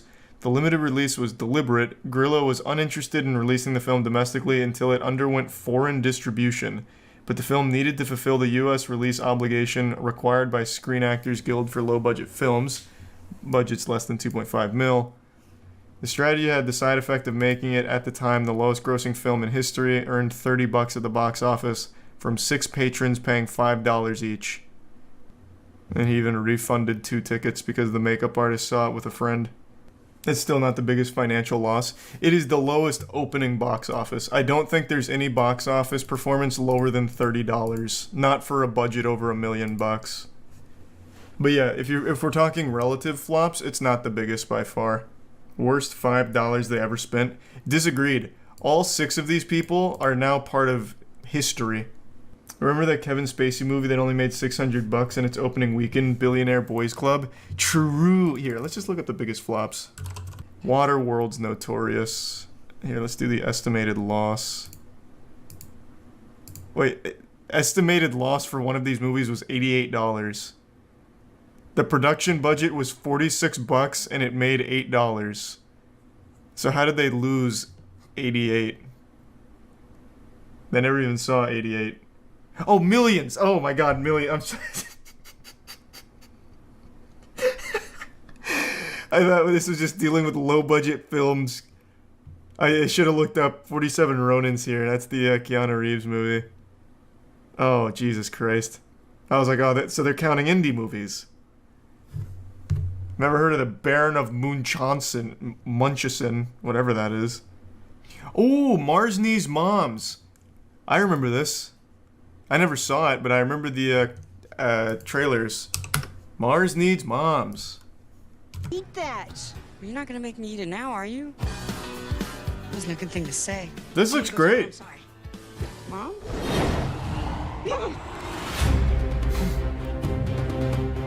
Let her go! I need to watch this. I still need to watch Norm of the North as well. I'm in a spaceship. This is so cool! Use the Polar Express technology. Okay. I'm just messing with you. Welcome to Mars. My name is Gribble. This is Two Cat. What's your handle? Milo. How about I call you my bro? Check it. Wow. What is going on? Damn, this is killing it. That's pretty hype. I've heard of Tomorrowland. I saw this movie in theater opening day. I went to a church. There was a church near my old apartment that would play movies. They'd have like one movie per auditorium. They had like 4 auditoriums, but you could see the movie for like $3. So I saw this opening day with Andrew, and this is still his most hated movie of all time, I believe. He was so offended at how trash this movie was. I'd never seen him so upset. I even think he went home and made a whole video about it on his channel. Ooh, Turning Red flopped. Twitter was in a frenzy about this movie. $175 million budget and only a $20 million box office? Holy shit. Whoa, that can't be right. What? No. Oh, it was straight to Disney Plus. Oh. Okay. That makes a little bit more sense. This is probably what scared them off of doing more straight to streaming videos or movies. Like theatrical release plus streaming. This right here probably scared them. Good lord. This looks awful. Let me see.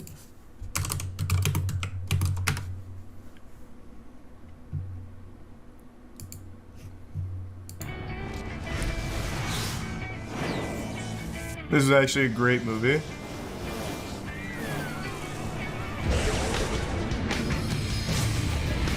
Whoa! That's Matt Damon? No.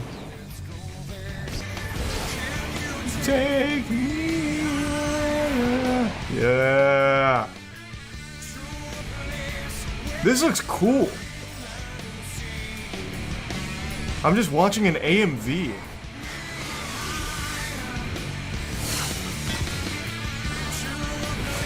Damn, why did this flop? That actually looks good. I'd probably like that now. In the year 3028. Holy Jesus Christ.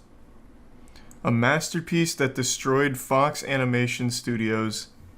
Rough. This is a new video too. He also must have been going through the biggest flops of all time and caught Titan AE caught his attention. Mulan, yeah, that deserved the flop. This movie was so bad. $200 million budget with $70 million box office. That sounds beautiful. That's great news. This movie was terrible. Man, Disney's got some of the most prolific flops on here. Pluto Nash! Let's go! I used to like this movie as a kid. Ah! A $100 million budget and a modest $7 million box office. Wow. Man, we don't have any Pluto Nash fans out here? Eddie Murphy. Oh, this is so early 2000s. Pluto Nash. It is a pleasure to meet me. The battle between Pretty Evil. Let's get it right this time. And Pretty Pluto Nash was better than John Carter. Look at me. Yeah, maybe. Well, we were thinking a little more. You married twins, huh? No, they're not twins. I met the perfect woman and then I had a clone. Which one's which? Damn, I don't remember this movie at all. The Adventures of Pluto Nash. Whoa! Why don't you take these Hillarys? We appreciate you helping us out. I can't believe that movie flopped. That's a pretty big flop too. 100 mil to 7 mil. Yuck. Final Fantasy. What? What is this? The Spirits Within. You're telling me they made a $137 million Final Fantasy movie and I'd never heard of it? What the fuck? No, I never even heard of this. Always the same. So is it just an original story? Must be. I don't recognize any of this. Yeah. Don't see how any living thing could survive out here. Yeah. To uncover an ancient truth. I feel like Final Fantasy's strong point isn't going to be like a self-contained original movie for Columbia Pictures. So I imagine that probably just wasn't very good. Oh, yucky. That's a rough one for DC. Wonder Woman 1984. Yeah. That didn't pop off. That movie was awful. A Wrinkle in Time. Oh, boy. Oh, boy. This is that fucking movie where they say the name Charles Wallace 10,000 times. I forgot all about this one. Oh, this was miserable. I know it's for kids, but Christ, it was bad. Jesus. I bet Artemis Fowl's gonna be on here pretty soon. Terminator Dark Fate. Not surprising. Matrix Resurrections. Yep. Fucking yep. Not as big of a flop as I would have expected, but wow. What a remarkable disservice to the entire fucking franchise. Sucked ass. It was so dog anus. Like, I couldn't believe it. I don't know how you fuck it up this bad. There wasn't a single thing in this movie that worked. It was like it was directed to be awful, like on purpose. And I saw that cope from a lot of people like, well, actually, the Wachowskis have outdone themselves yet again because they meant for this movie to be terrible. And thus, they succeeded and created a masterpiece. It's like, well, you made an awful movie on purpose. You fucking wasted my time then. Like, maliciously. Like, in the very first couple of scenes, they do this thing where it's like really meta, where they're talking to Warner Bros. Or like, Warner Bros. Needs more bullet time. They need more action. They need more green binary. We need action bullet time because we just gotta pump it out. Don't care if it's good, just pump it out. Lickety split. And it's supposed to be like really meta. And that's exactly what they did. They just made nothing but awful bullet time, horrible storytelling, no message, and everything falling to shit. And some people acted like it was so genius for them to like include that scene where they're openly mocking how little effort they put into it. No, this one hurts. Moonfall flopped. We may never get a sequel. Oh, casual $100 million loss. Oh, God, why is there no justice in the world? This should have been on the top 50 highest grossing films of all time. Worst comes to worst, I'll make a petition. Those usually work. We need a sequel. They set themselves up for an entire Moonfall universe. Like, we have to realize that potential. We can't just let this masterpiece slip away. Is Moonfall your Morbius? I mean, that doesn't even encapsulate my feelings. Moonfall is the perfect bad movie.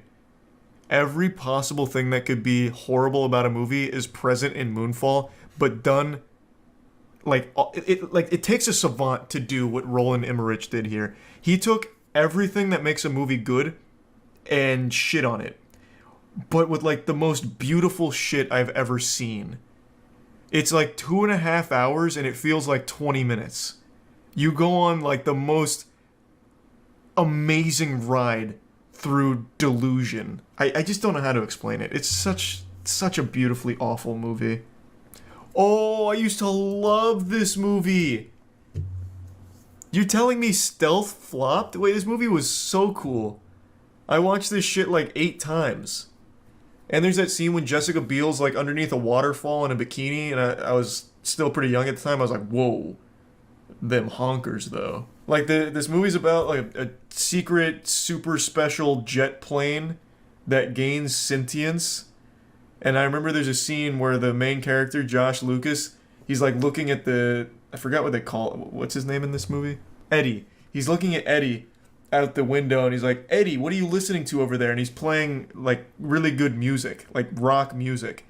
And he's like, I'm listening to my favorite song. He's like, how many songs did you download? And he says, all of them.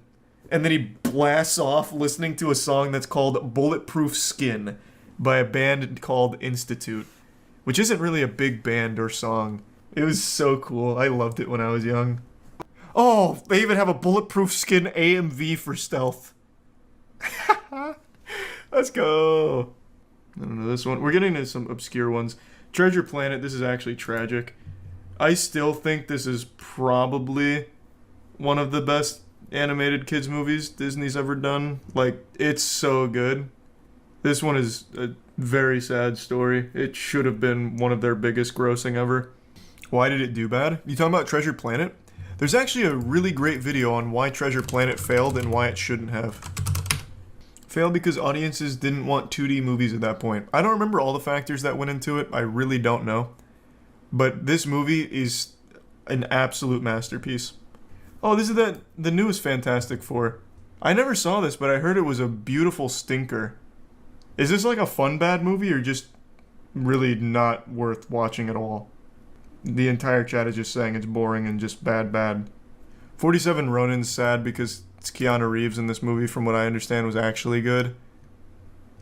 But I still haven't seen it. It's a cool concept. Like, I think it's a really interesting idea for a movie. I just haven't seen it myself yet. Chaos. Oh! Tiana was watching this and she said she fucking hated it. Yeah, this movie, the Tom Holland one, what a beautiful flop. $100 million budget, $27 million box office. I think it was only streaming. But yeah, this is that movie where men have like stink on them. And there's like no women on their planet. So then there's like a woman that gets introduced to the planet and she has no stink or something. Like, what is it? I forgot. Like, they can hear thoughts, like their thoughts surround them. Men have transparent thoughts. It's their thoughts. Horrible way to explain it. Yeah, I mean, I didn't really get it. I didn't watch all of it. Neither did she.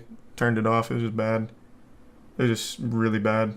Monkey Bone's a good movie. It's Brendan Fraser. It shouldn't have flopped. Tragic. Wow, that's a colossal flop. $75 million budget with a $7 million box office in 2002. Or 2001. That's prime movie-going era. I know Monkey Bone's credited a lot for Brendan Fraser's downfall in Hollywood, but I just don't agree. This was a good movie. Did I see this movie? Does anyone know? Did I make a moist meter on this? I don't know if I don't know if I saw this. I have to look this up. I genuinely don't know if I saw this, but I feel like it's something I absolutely would have seen. Oh, that is such a dangerous search. Holy fuck, I did not think that through. I have so many porn deepfakes. Oh my god, that was close. I'll do Xander Cage. Wow. Yikes. We're fine though. No, it looks like I never saw this movie. This is kind of cool. It's a 2002 action thriller directed by that name, under the pseudonym of Chaos. Oh, I need to watch it. A voice crack. I need to watch a trailer. A former FBI agent named Jeremiah X. Sworn enemy. Antonio Banderas at his best. This woman's single. Can you believe this is what trailers used to look like? This was normal? I need you to find her. Of course you do. Wow. Look how far we've come. My We're evolving. Tell him why you look so sad. I'm told it was because you just got beat up by a girl. This kind of just looks boring bad, but maybe I'll watch it at some point. The Mummy. Yeah, this movie was terrible. This is the Tom Cruise movie. I wanted it to be good. It stood no chance of being good. I knew this was dead on arrival from the second they accidentally released the trailer with no music or sound effects, and it's just Tom Cruise going, "Ah!" in a plane. They did that. I forget that 2017's 5 years ago, so a lot of people just don't remember. Yeah. The first trailer that came out for this movie, they forgot to put all of the sound effects. So it's just Tom Cruise in a plane going, "Ah!" What the hell? Pretty hype.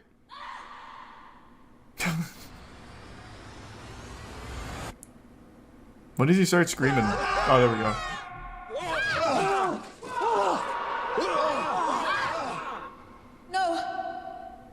This is what trailers could be. Should be, even.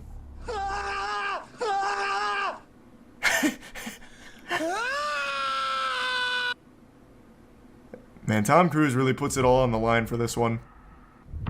And this was the first little bit of The Mummy we saw. So you could see why my expectations were so high going into it. I saw this in theaters with Andrew.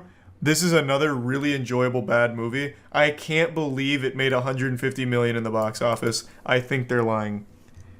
I genuinely, there's no part of me, there's no universe. Like there's not a single dimension where this movie made more than $50. Again, it was just me and Andrew in the theater watching this, and no one has ever talked about it since. It is a really fun bad movie.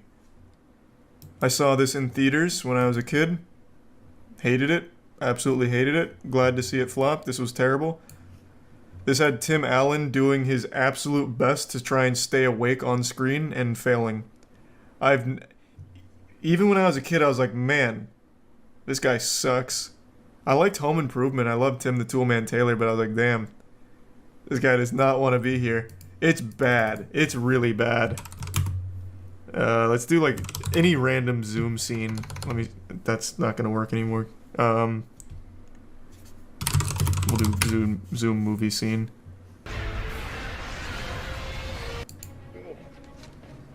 Alright. Just like riding a bike. The story is he hated being a hero or some shit.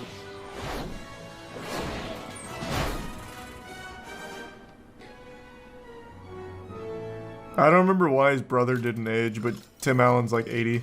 Actually, it's Zoom. Zoom looks good. Nice suit, lizard boy. Welcome back, Zoom. Let's play ball. Goddamn. Yeah, movie's awful. Glad to see it flopped. So far, 2020 hasn't exactly been a great year for giving things. Mainly things have been taken away instead of given to us. I mean, I'm pretty fucking sure even jolly old St. Nicholas himself, Santa Claus, got laid off because of coronavirus. But it's not to say that there isn't someone still picking up that torch. Amongst the ruins stands a hero, Xavient Games. Xavient Games is unfortunately not a household name, though I think they should be. Xavient Games are the masterminds behind the Culling franchise. The Culling, the first game, was perhaps one of the first Battle Royale games that really helped kickstart the Battle Royale craze. So you can really thank them for that fucking hemorrhoid that's plagued the gaming industry for the last couple of years. And the Culling has had a troubled history ever since its first successful game. And make no mistake, it was a successful and pretty decent game in my opinion, but something happened. That success must have went to their head and took a shit. It's like they elected Patrick Star to lead them from that point forward. It's like aliens infiltrated the studio and are only pretending to understand how humans work. Their decisions they've made have been laughably fucking dumb. They're like the world's worst court jester because they lack self-awareness, but you still can't help but laugh at them. It's fucking crazy. So before I talk about their massive, huge new announcement today, I'd like to start with the beginning, where things really went wrong. They made a lot of the weird decisions with updating the Culling. Eventually the player base started to fizzle out, and then in 2018, they released the infamous Culling 2, the worst video game launch of all time and perhaps the most disastrous launch of anything ever in the history of humanity. And I mean that in all sincerity. A fucking dude trying to sell rats during the Black Plague probably saw more success on launch than the Culling 2 did. I made a whole video talking about this when it came out because it truly was a historic moment that I got to partake in, because what happened is the Culling 2 developers, Xaviant, decided to release a surprise trailer for the Culling 2 out of nowhere with no mention of a sequel ever, and they completely changed the game. The Culling was focused on melee, the Culling 2 was basically PUBG clone if they tried to port it to the Game Boy. It was less functional than Big Rig's over-the-road racing, and was less successful than Lawbreakers. This fucking game is this unholy amalgamation of filth and diarrhea with a little bit of coding thrown in. But not only was it a game no one was asking for and a product nobody wanted ever, no one had even once had like a singular thought of, wow, wouldn't it be cool if the Culling was kind of like PUBG but with less features? But it also just didn't work. That's why I say it's less functional than Big Rig's over-the-road racing. The game wouldn't start because when the game launched, its all-time peak was 249 players, ever. And within 19 hours, it was down to one player, me, when I made the video on it. I was literally the only player in the game at one point. I was the last fucking stand, the last holdout of the Culling 2. I was legend. I was Will Smith in that bitch, in that post-apocalyptic fucking toilet bowl. It was a truly serene experience, but again, within 19 hours the game had literally one player, and it was me just making the video talking about the fucking catastrophe they unleashed. So the game was dead on launch. You needed 30 players to start a match, but you could never get 30 players because there wasn't 30 players that owned the game for more than an hour. So I did a little bit of research, and I think across the entire lifespan of the game on PC, only 8 matches ever started. There was only enough players for 8 matches to have ever gone on in the entire lifespan of the game. It was an unbelievable and unmatchable disaster of a video game that they eventually pulled the plug on nobly and refunded everyone, which they absolutely needed to do. In response to the complete and utter failure of the Culling 2, they decided to dance on the Culling's corpse by re-releasing the first Culling and calling it Culling Origins. They released that later that year in September, I believe, and it still didn't work. Even with their free-to-play model they implemented into it, it still couldn't find a stable player base and was shut down in early 2019. So within 1 year, they had shut down 2 games completely. And now, that brings us to today. Now we enter Act 3 of this incredible fucking play that they've created at Xaviant. Today, out of nowhere yet again, they've announced that the Culling is coming back. The original Culling is coming back, but with a catch. It's only going to be on Xbox, and you have to pay $5.99 for it, and you only get to play 1 match a day for free. And for free is wrong because you still paid for the game, so you're not exactly getting anything for free. But you get 1 match a day for free, and if you want to play more than 1 match a day, you have to buy token packs to play more than 1 match a day.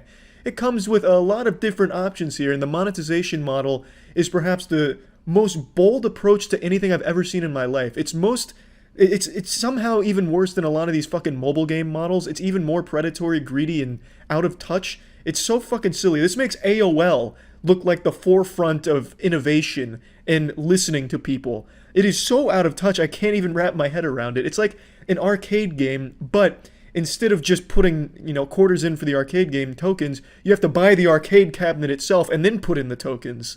It's fucking nuts. So here's a breakdown from the developer diary kind of outlining exactly what they're pitching here, and it is so fucking genius. It is the best idea I've ever seen. If you were ever looking for something to put money into and get nothing in return, but you didn't feel like just throwing it in the trash, this is the exact receptacle you can use.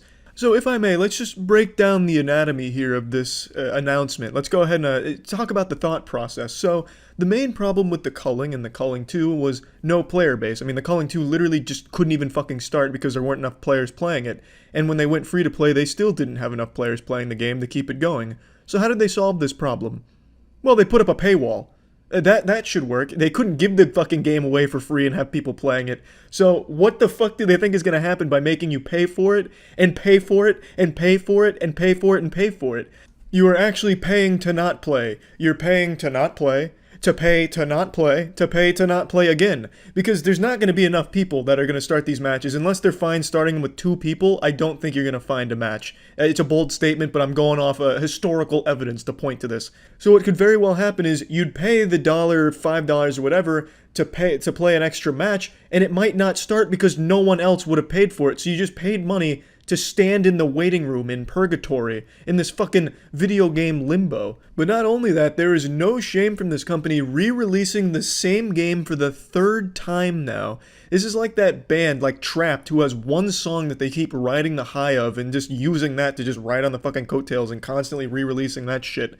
They just keep bringing this motherfucker back to make it worse each and every time. The developer's face in the video says it all right here. Nobody has even an iota of excitement surrounding the Culling coming back, especially with a model like this. All the goodwill the company had is completely gone and has been gone since fucking the first Culling's initial launch. To anyone out there that says EA is the worst video game company out there, I have to spit on you.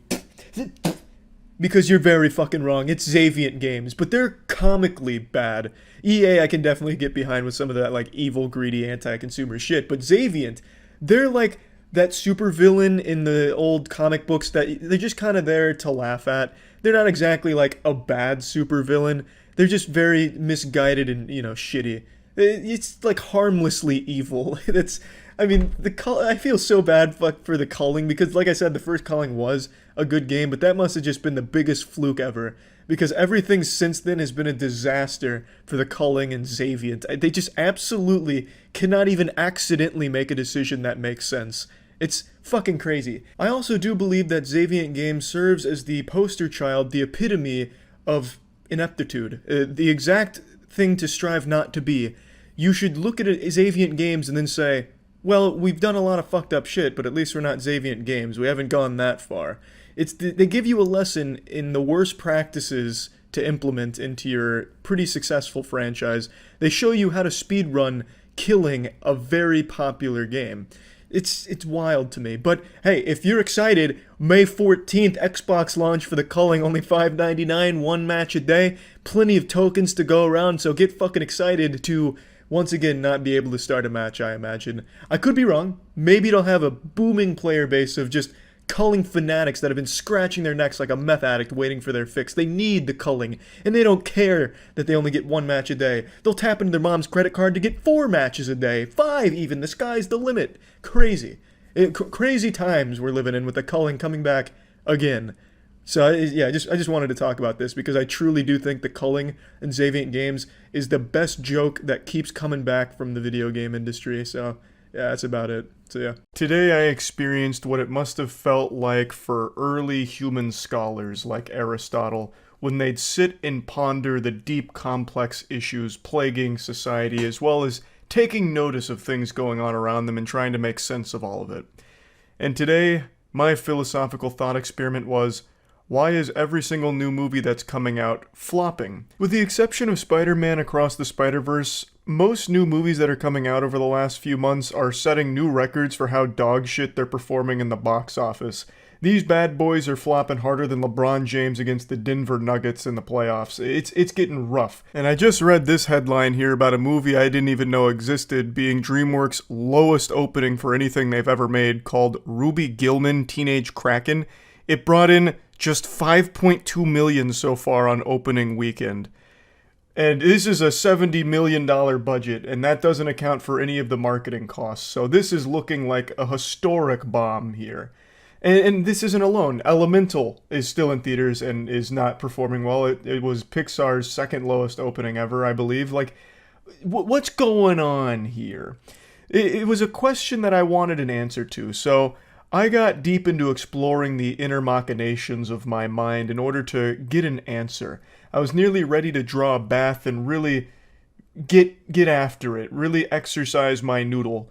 And following this thought line to its natural conclusion, you reach two questions. Are movies just getting worse, which is why people don't really care to go see them? Or do people just not really have an interest in going to a movie theater anymore? Pretty much everything we do in our day-to-day lives has become extremely convenient, whether it's ordering food or just general entertainment. You can watch pretty much every show and movie from the comfort of your own home. And you don't have to pay individually for each movie you want to see because eventually they hit streaming platforms that you have a subscription to. So, going to a movie theater is inconvenient. You have to drive to the theater. It's also expensive because the ticket prices just keep increasing exponentially. And God have mercy on your soul if you get a little appetite or a little thirsty and decide to buy something from the concession stand, because then you're out another $50 buster, because that shit is outrageously priced. It is downright criminal how expensive things are at a movie theater. I went to see a movie today. I saw the new Indiana Jones. I'll get to that in a moment, but it's what put this discussion top of mind for me. And I bought a water bottle. And not only did they have the gall, the fucking chutzpah, to sell me a Dasani water bottle, but they charged me $8 for the Dasani water bottle. That is sewage. Dasani is literally sewage in a bottle, and I paid $8 for the sludge. I really would have rather paid $8 for each employee there to spit into a cup and I'd drink that. Not only would it taste better than Dasani, but I'd feel less scammed. Point is, it's expensive going to a movie theater and it's inconvenient. So, is that the reason why a lot of people are choosing not to go, leading to so many box office disasters recently? It's a lot of questions that I've been looking at answers for the last few hours since coming back from the movie. And I wanted to just kind of talk about it because I find it so interesting. So let's dive into the first question. Are movies just getting worse? And is that the reason why people aren't bothering to go? Because it's not worth their time to see it? I think the answer to that is probably no. But I do think movies are getting less original. Because the budgets for films have gone up so much, like most films are like $70 million plus budgets. Most of the time even going north of 100 mil, 200 mil, and in the case of like Indiana Jones, 300 mil. These are, and it's an outrageous amount of clams in order to produce a modern blockbuster. So when you're gambling with that amount of money on a movie, most of the higher-ups like to make sure that it's the safest possible investment they can make with it. So they choose to either make sequels or reboots or remakes, something that they know has a built-in core audience. So that's why you see most of what hits theaters these days is kind of derivative of other properties or just straight up a sequel. And I think that leads to a lot of people feeling like they've just kind of already been through this song and dance before. You're not getting a ton of unique experiences from huge blockbusters anymore. And I think that does play a role in it, but I don't think that necessarily means the movies themselves are worse. They're just so much safer. They just play everything super safe and by the book. Now, that's of course not talking about every movie that hits theaters. There's still a lot of companies that are doing lower budget productions that are far more creative and original. Of course, things like A24 and production houses like that. But on the whole, most of the big blockbusters are very generic, and it's food that you've had before. You're basically just getting junk food that you know isn't exactly like the best thing there is, but it's still good enough for a lot of people, and it has been that way for a long time. But I feel like at this point, people are just losing that sweet tooth. They don't really care to just keep seeing the same shit over and over again. Like superhero movies. Superhero movies, even the worst ones, used to still turn a massive profit. It was an infinite money glitch for a while, but now it's been patched. Superhero films aren't guaranteed to make you money. Case in point, The Flash. The Flash came out, and it had a crazy marketing campaign behind it. They had all kinds of celebrities singing its praises, celebrities that you would think would hate it. Like Stephen King was going crazy about it, talking about how good it was. Tom Cruise really loved it, saying, this is a certified semen siphoner. It's gonna make you nut, trust me. Kojima just posted a tweet talking about how great it was.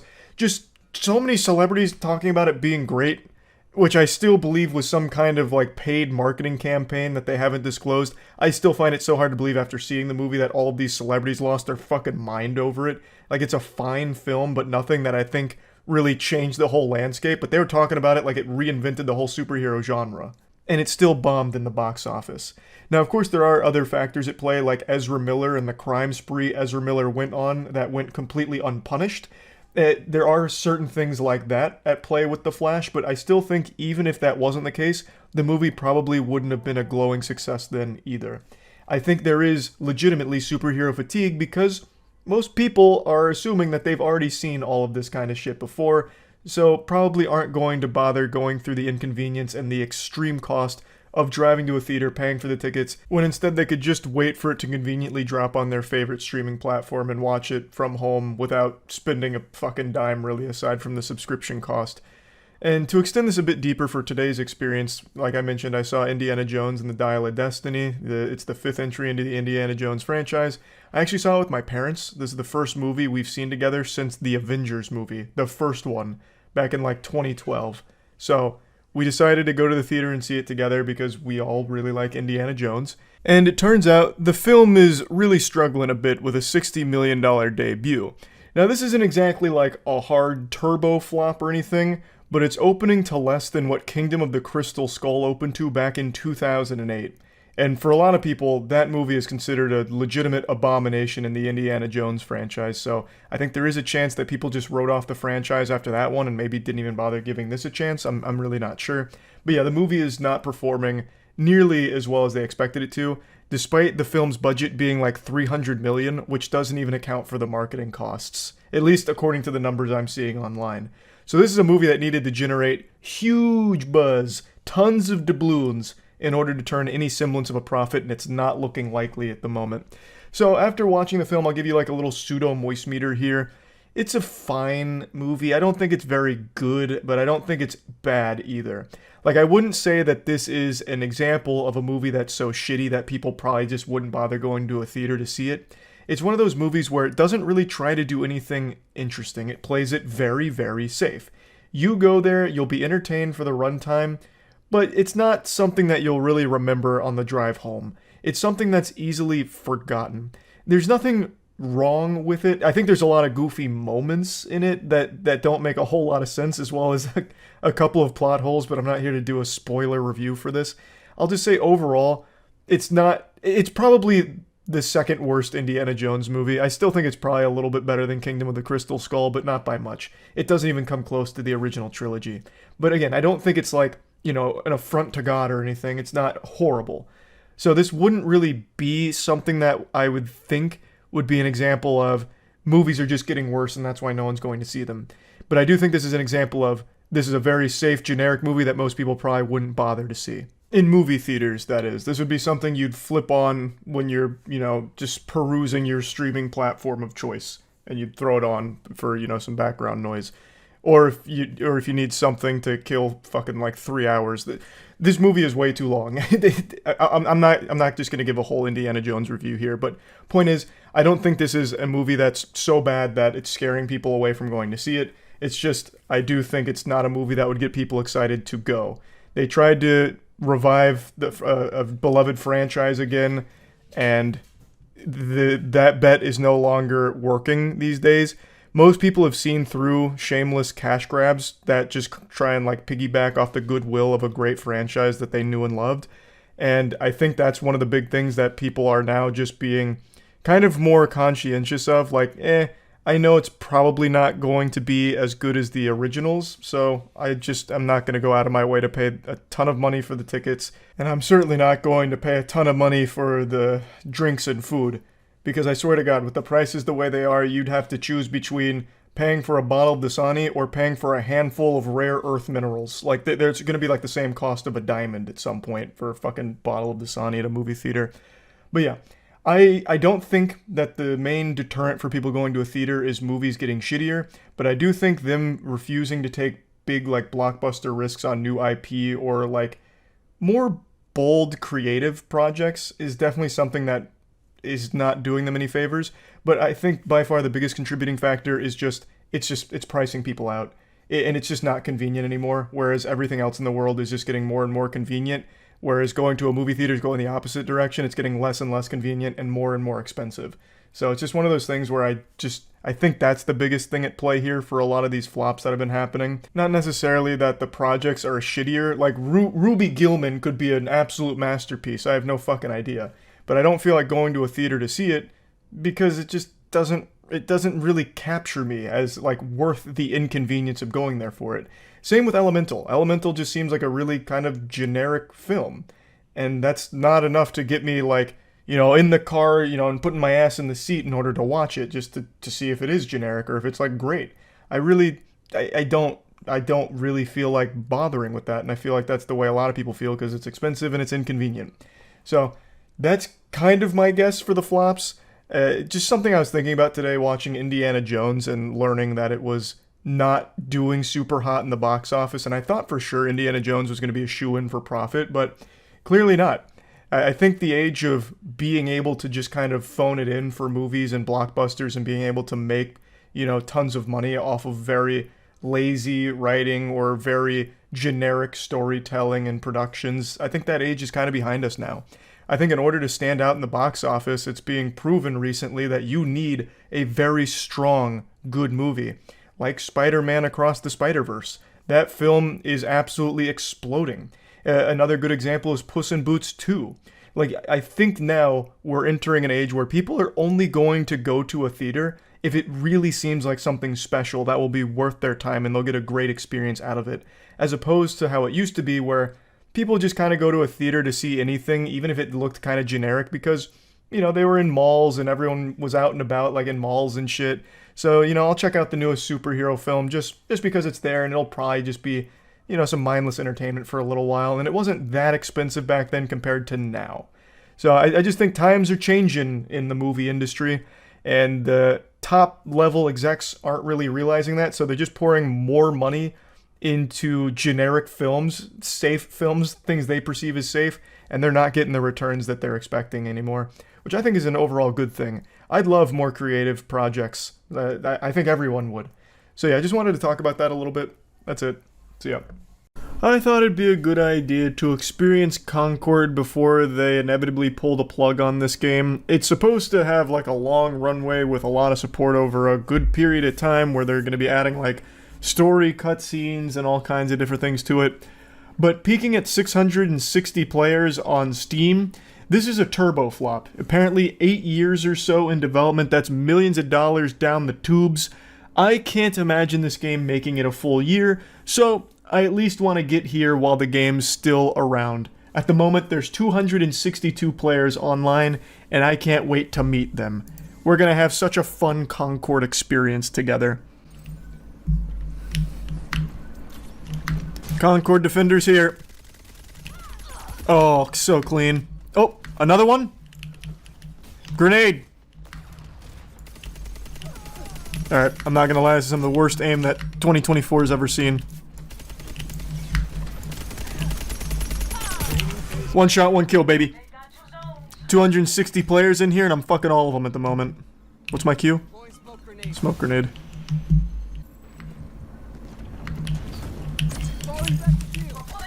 I got you covered. Don't worry, I'm on it. I said this during the playtest, but it honestly feels like one of those fake games that's just supposed to be like background in a movie that just has someone idly playing it and they're just like furiously hitting at a bunch of random buttons on a controller. God, those grenades were so good. Uh-oh, uh-oh. Ugh. I'm still cooking them in here.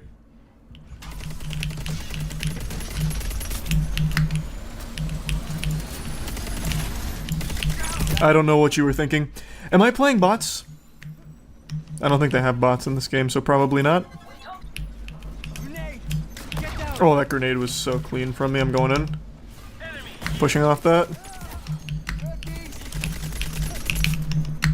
Uh-oh. Cancelled my reload. Damn, she healed.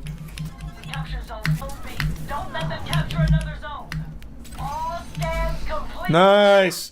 125-7, a close one, a real nail biter. Let's go! Concord Defender does it again! With a big smile on my face. 6-0. What a game. All 4 minutes of it. I still can't believe how few people are playing this game. For a big budget, like big marketing spin game, it's shocking. 260 players on right now is abominable. I could probably go to the local adult toy store and find 260 people in the goddamn porn viewing booths. Like, this shit is crazy how little interest there is in this game. I'll play the Scott Pilgrim girl.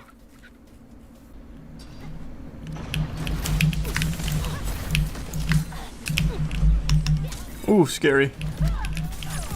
One kill. Get me in that shield. Why is she crouching? Oh god.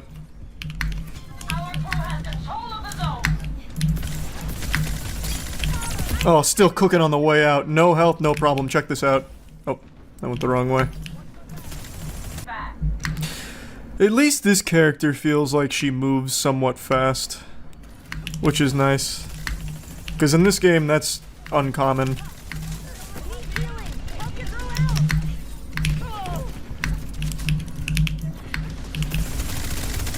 I don't know what that guy's shooting. He's shooting little bowling balls. Oh, it's the insect guy. He shoots the needler.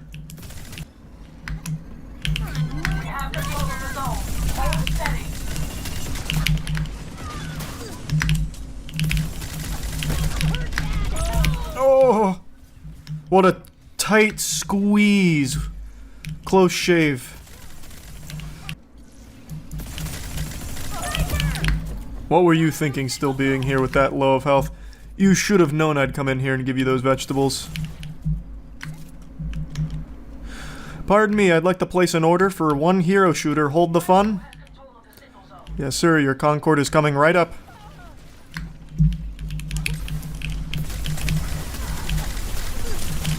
That was some of the worst aim 2024 has been cursed with. I'm sorry anyone had to see that. That's a little better, though. Time to go ballistic here. In 5 minutes when I finally reach a human being here. Hold on, I'm coming. Yes, I'm sprinting. I'm sure you can't tell, but I am. Nice. Good teamwork. Good teamwork. We got one. Oh, two-shot. Yikes. Blasted to the Shadow Realm. I've played 3 games so far, and in all 3 games I've played against 3 of the same people. Suicide Reaper, the Ghost Guy, and Quick Kill. They've been in all 3 games. There are so few players that I'm already just getting matched with the same couple. That's crazy.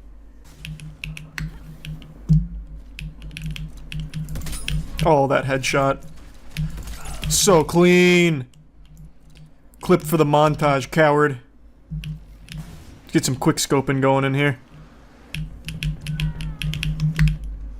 Oh, I saw ya.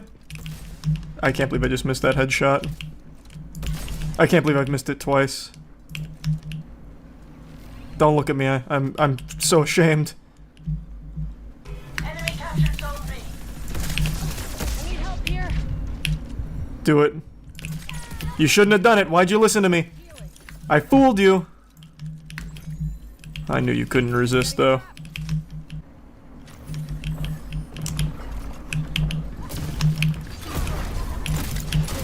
I thought for sure that was going to one-shot. It's alright. Still got it, though. That's a high-level play right there. I'm just gonna lock this down. No one's getting into this train cart. Man, my team is getting stomped right now. Holy. I just have one job here, which is to make sure no one comes in. Someone just came in, but I got him. Last time they trick-or-treat around this neighborhood.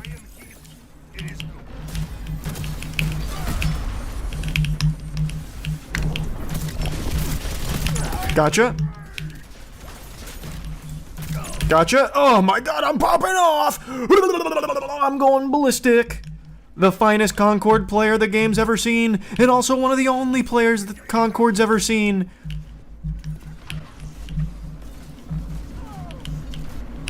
Who dares challenge this? You got some nerve! Don't come back! You're not welcome here! Take this! I can't see. Gotcha! No! It took 4 of them to bring me down. They gotta send the whole kit and caboodle to take care of Concord Defender. A name that strikes fear into the community. That might single-handedly be the worst play I've ever seen on a first-person shooter right there for my teammate. I'm glad we were all here to witness history. We got him locked down.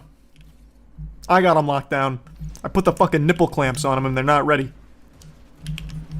Actually, Concord did that for me. They put the clamps on their wallet. $40. I can't get over that. I actually can't get over that. The fucking gall. Whoa! Speaking of gall, who's here? You got some real nerve. Tough guy?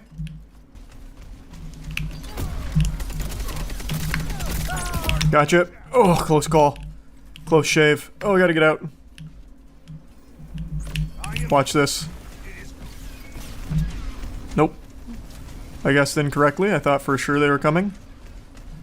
Wow, you can run for a really long time. Easy game. Yeah, I put my team on my back for that.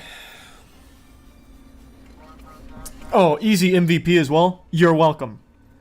Yeah, I do that now. Ooh, casual 14 and 8. Not bad. Not bad. Let's see if I get queued up with the same group again. I have a feeling I will. I don't think there's many people on this game. There's probably only one group for area control and one group for takedown and one group for ranked. I'm getting real familiar with them though. Their play style, how they think, how they act, their fucking report card. I know everything about them now. The Blardians of the galaxy are here.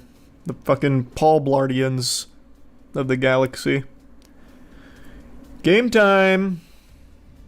Oh, wait, this is a new group of players here. Finally! That last group must have uninstalled after the biblical smackdown I put upon them.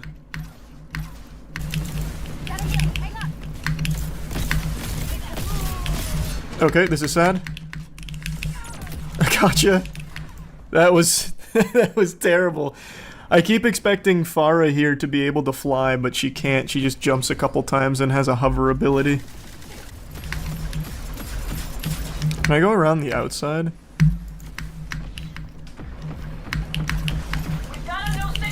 Gotcha. Take this! Oh, now I'm cruising. Oh, yes, sir.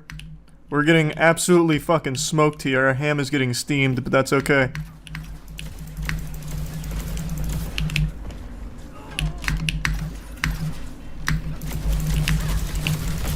You should have stayed in there where it was safe. There's sharks in these waters. Alright, now we've got some momentum. I'm going in hot. What? Oh, that was the clone. Gotcha. Gotta reload. Gotta reload.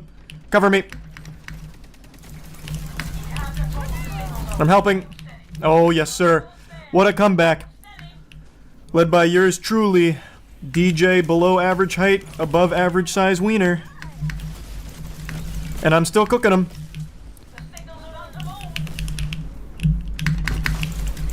Oh, you've got some chutzpah to be coming in here with a sniper like that. Easy game. Easy. It's just like that. Just like that. I can't wait to be playing ranked in here. That's gonna feel really nice to climb the ladder. I'm going for challenger level. Time to play a little Destiny here with the hand cannon. Who's ready for this action? Missed most of my shots. Check out this flank. Oh.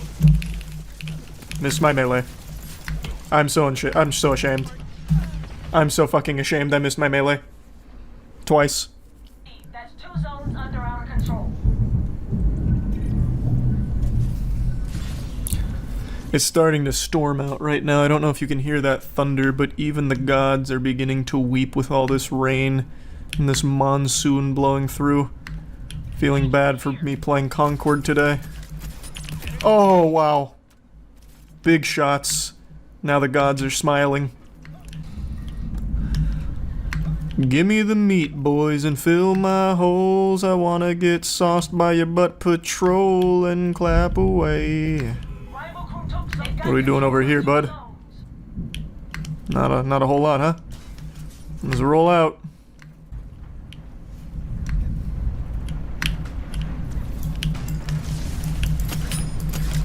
Oh, wow, those shots. And they just keep coming. The hits keep coming. I'm gonna eat these. I'm just gonna walk through them. Easy as that. Oh, okay. I tried the dash, but it didn't go off in time. I should have just healed. That's on me. That's on me. Bad tactics. Get the point. We're not playing objectives. What the fuck? Can't you see I'm trying to win? I didn't spend $40 to lose. Oh boy.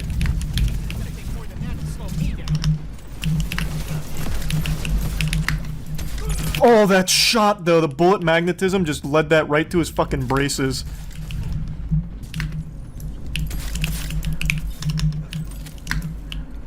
Oh, he ran. Cringe. He's so low. Gotcha. Man, I am just absolutely ruining them here.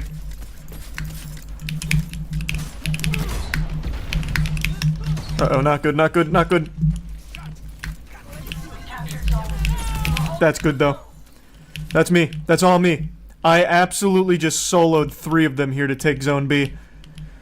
Holy shit. Like Michael Jordan in his prime, you can't stop me. You can only hope to contain me. And you can't even do that. Oh. The bullet magnetism in this game is actually sickening. The fact that those shots hit is crazy.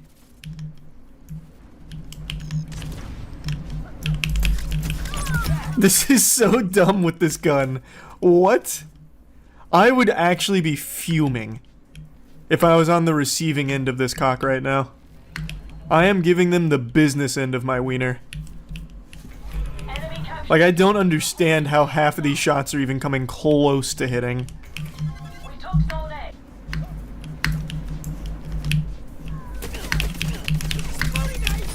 What a stick! What a stick! Holy shit! Easy game! They have got to be fuming. They should be fuming, honestly. Top frag again. It's what you expect from Concord Defender. I'm level 5! I can do ranked. I turned the lights off to really get immersed in the world here. That, and I don't want anyone to see my face while I play Concord for $40. The ranked queue is a lot longer than the others. I feel like half of the 260 that are playing this game haven't hit level 5 yet. Any minute now, I'm sure. Once this queue's up, I'm in for a real treat. I know it. I just know it. That took right around 3 minutes or so. Not the fastest, but I guess also not the slowest either. But come on, it's fucking launch day. Well, the day after launch. That's sad. DMV queue times are shorter. Alright, let's go, squad. Gotta get the wiggles out here. I want to make sure to get a dub on my first ranked game on launch. Let's go, let's go, let's go! Follow me! What's my cue? Oh, it's like a flashbang. I remember.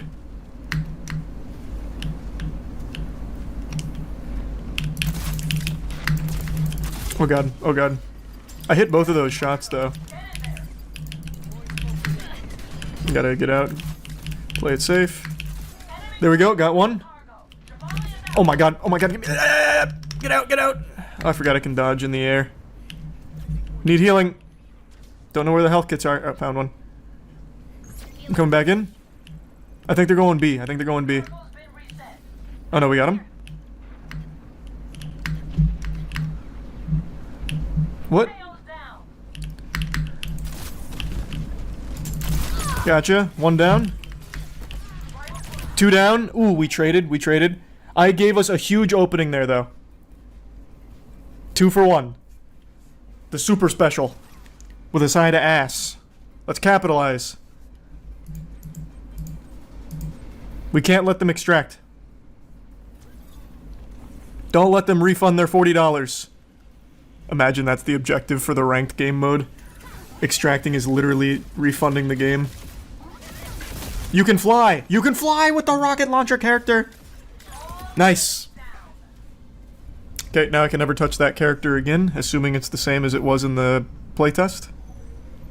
Yep, that character is now locked off forever. We'll do sniper. Get your mom on the phone. Tell her you're about to witness something evil. And that you regret being born into this world, because this is going to be sickening filth with these headshots I'm about to drop down here. Actually, an immediate headshot. And then I missed the kill. What a shame. Oh my god, what a shame. I hate that. I hate that I've done that. I'm so embarrassed. Where are the health kits? I'm on a little side quest adventure right now, trying to find a fucking health kit. He's one shot. Ugh. There we go, got him. Mid-slide too, how stylish. Oh, healing, huge, love that. He said, I know you're too dumb to find the health kits, so I got you covered, Charles. Also, I found one. Oh fuck, he's behind me.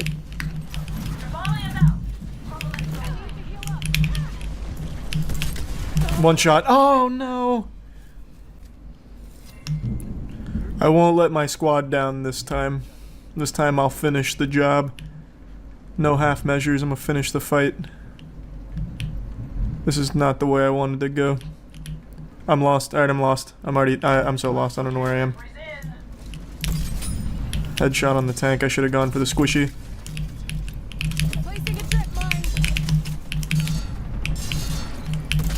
Ooh. Tank's just letting me do it to him though. He's low. Gotcha. Big headshot. That was huge. That was a game-changing headshot, actually.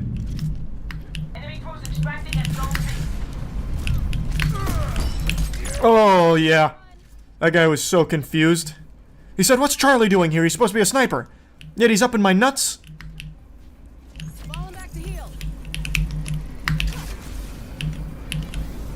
Oh, I saw you. Hiding in the back. Coward. Not on my watch. Super low, just finish him. Nice. You're welcome. I would challenge any of the 260 players online at the moment to name a single character in this game. I just realized I don't know a single character's name. I only ever refer to them by their Overwatch counterpart. Or another video game that's kind of like they are derivative from. I don't know a single character's name. Not one. That's pretty cool. Yeah, let's keep going around. Let's keep going around. I like that. I like that. Good call. That's my captain.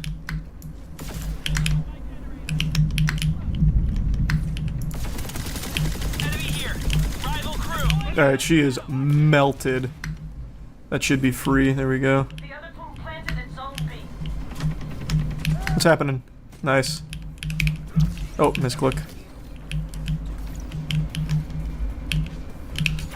Healing pad, right here. Going here. I need some backup. Going to zone B. Don't leave me hanging. We gotta stop the extraction. No, not like this.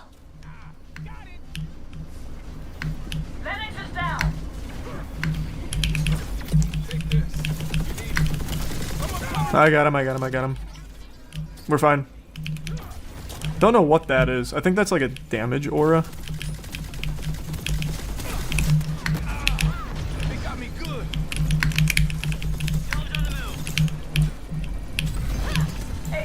What? Wow, that extracts so fast. I had no idea. Okay, well, I'll take the W, I suppose. 1-0 in my ranked Concord career. I still top fragged, even though I felt like I didn't really do much. I feel like that's plenty of Concord. It hasn't changed, like, at all since the playtest. It's pretty much exactly how I remember it. Just a painfully generic shooter. A $40 hero shooter in today's market is insanity. Like, actual delusion. This game just never stood a chance. Do you even realize how lucky you are to be alive right now? To exist at the same time as Concord. You are alive at a time that people will talk about for centuries to come. You get to witness the biggest failure in gaming. Not only the biggest failure in gaming, but undoubtedly one of the biggest failures in all of entertainment. PlayStation just announced that they're already shutting down Concord in 3 days from now. That's the doomsday for all 9 people still inhabiting that barren wasteland. The game didn't even survive 2 full weeks. I probably could have lasted longer on a deserted island with only fucking coconuts to satiate me. This game just barely squeaked over a week of life. And life is a term I'm using very loosely because this game was never alive to begin with. It was dead on arrival. 660 all-time peak, and even right now with this news that it's going to be shutting down, not even those 660 people bothered to flock to it to get like one last ride in there, one little ooh-rah before it sails off into the sunset. I imagine most of those players probably already refunded the game because it was a $40 game that was a watered-down, worse version of all of its free counterparts that it was trying to suckle from the teats of. It was an embarrassing flop that everyone with eyes saw coming from a mile away, except for Sony, it seems. 8 years in development, millions upon millions of dollars in the shitter here, only for the game to exist for barely over a week. A loaf of bread lasts longer than Concord did, and they're pulling the plug on it already. It should have never even released in the first place. This was a complete waste of 8 years of time and money. It is rough. This is a harder flop than my cock under your mother's chin. I do not, and I said this last time, I do not know who this game was ever made for. Because the audience it tries to appeal to was never going to switch to this game because it's already $40, you've already lost that battle. Because all of the other games in that genre are free, and better. So it was a surprise to no one that when this game dropped, its player count sucked shit through a crazy straw. Nobody was asking for this. There wasn't a demand for it. There was no one lining up to purchase this. This was something nobody wanted, like a lump of coal for Christmas. It really is not a shocker that this game never breached 700 players. Its peak was 660. That is pathetic. That is laughable. If you go into like Steam dumpster diving, you can just throw a fucking dart at your computer monitor and whatever game it lands on that you've never heard of, like fucking Glorbus's Hemorrhoid Adventure, that probably had more than 660 players at some point. It is hard to find a game that had this little hype around it. Like, playing Concord was like going into an empty Burger King. This whole thing was just sad. And now they're already pulling the plug on it less than 2 weeks after it's been out. I also love the way they start their statement, Concord fans, as if any of those exist. You'd be more likely to find aliens than Concord fans. We've been listening closely to your feedback since the launch of Concord on PlayStation 5 and PC and want to thank everyone who has joined the journey aboard the North Star. You could have just sent all of them a DM. Like, there's not many of them. You could have easily reached them directly. Your support and the passionate community that has grown around the game has meant the world to us. I don't know where that community is, I'm going to be honest. The only passion I see in regards to Concord is people passionately shitting on it and laughing at it. Because it is a spectacle how badly this game flopped. However, while the many qualities of the experience resonated with players, we also recognize that other aspects of the game and our initial launch didn't land the way we'd intended. Therefore, at this time, we have decided to take the game offline beginning September 6, 2024, and explore options including those that will better reach our players. While we determine the best path ahead, Concord sales will cease immediately, and we'll begin to offer a full refund for all gamers who have purchased the game for PS5 or PC.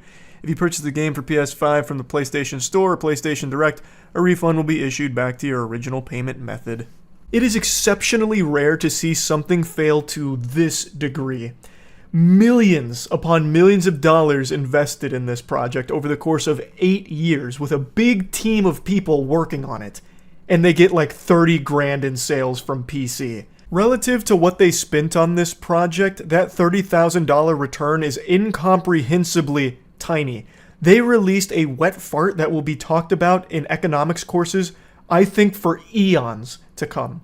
To put that in perspective, that $30,000 they made on PC sales for Concord most likely don't even cover a year's worth of electricity bills for the office building that their employees work out of. I decided to look at a couple of numbers out of curiosity. So Firewalk has roughly 150 employees based on what I can find, and I can't find any information on the building they work out of, but let's just assume that they're working out of a mid-sized office building that's usually used for about 100 employees, and according to these numbers here, a business will spend about $1.44 per square foot on electricity and 30 cents per square foot on natural gas. So an annual cost for a mid-sized office building of 20,000 square feet, which is used for about 100 employees, will come out to $34.8K. This was developed for 8 years, and what they made on PC doesn't even cover 1 year's worth of just electricity and energy costs. Pff, what a fucking historic blunder. Now, I imagine a lot of the developers at Firewalk work remote, but even still, I imagine they have some kind of headquarters somewhere, and that building would not have even been able to keep the lights on with the $30,000 that this game made. So it never even came close to breaking a profit. It wasn't even in the same universe as the word profit. I can't think of anything else that has ever flopped this hard. This is just crazy. It's already getting the plug pulled after just 10 days. So, yeah, I am beyond surprised, because I thought they'd at least ride this as much as they could, like trying to update the game, like desperately trying to get some players to buy into it. Like, I thought this would go at least 6 months, like a full season or something of the game, but it didn't even make it like a full 2 weeks. It blows my mind. Like, I'm not surprised by how poorly it performed. I am surprised it performed this poorly, because even like, no matter how bad a AAA game is, people will mindlessly buy it. Except when it comes to Concord. That is how little interest there was in a game like this. So, that's going to be a big lesson for the gaming industry, I think. Or at least it should be. It probably won't. They'll probably make like a Concord 2 in a year or so, because they most likely haven't learned anything valuable from this. But speaking of value, if you want something actually valuable, pick up Godslap. Issue 6 just dropped. That's right, we're moving into the new arc of Godslap, and issue 6 is out right now. Pick up a copy at badegg.co, there's a link in the description. And also, if you're thirsty, Goof Juice is always available, baby. Gamersubs.gg/moist. Link also in the description. Best flavor of any beverage ever. You can sip on some Goof Juice while reading your Godslap and looking as Concord gets taken off of life support. Now, what I do think should happen as a result of this public embarrassment that was Concord, the people that came up with the idea of making a hero shooter that's just the most derivative, generic, formulaic garbage, they are the ones that need to be held responsible the most. Those are the ones that should be fired. But we've seen time and time again that is never the case. When you reach a upper echelon position in an industry, you can only fail upwards. No matter how much money you lose, no matter how many times you stumble, fall, and cost the company greatly, you are always safe and only ever fail positively.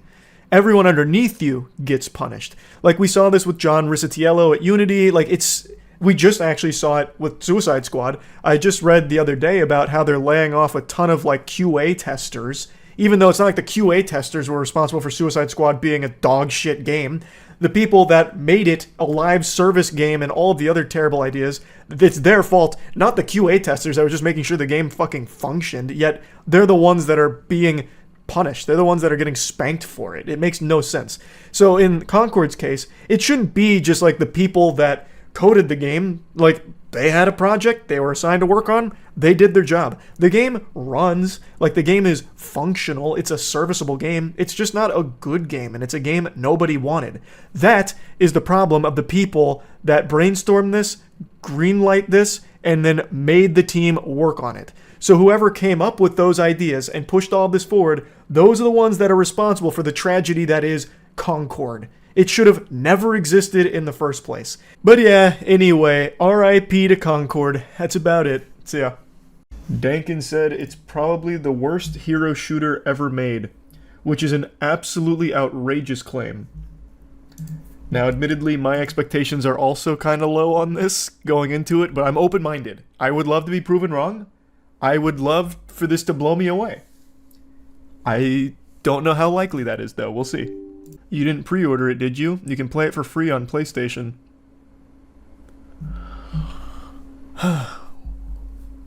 Last night, chat was saying the only way to play it right now is by pre-ordering it. So yeah, I dumped $40 on it already. Is that right? Are you sure? Where am I? Oh, here I am. I'm Concord Defender. I figured someone's gotta. This is cool. I'll be this character.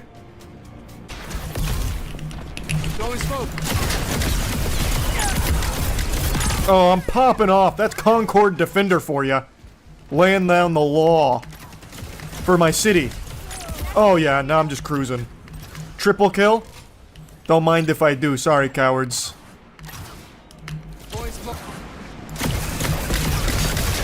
Yep.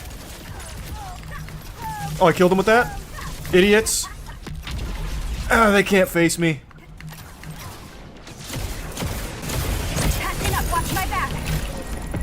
Oh, I don't have unlimited ammo. Wait, yes I do. Oh! Just insta-killed him. What an idiot. Go to bed. What the fuck? Get out of here, kid. This isn't safe. I'm not gonna let you have any fun in this game.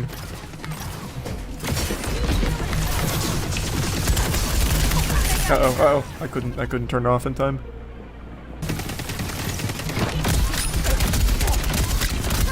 Man, my aim is bad. Oh my god, here I come.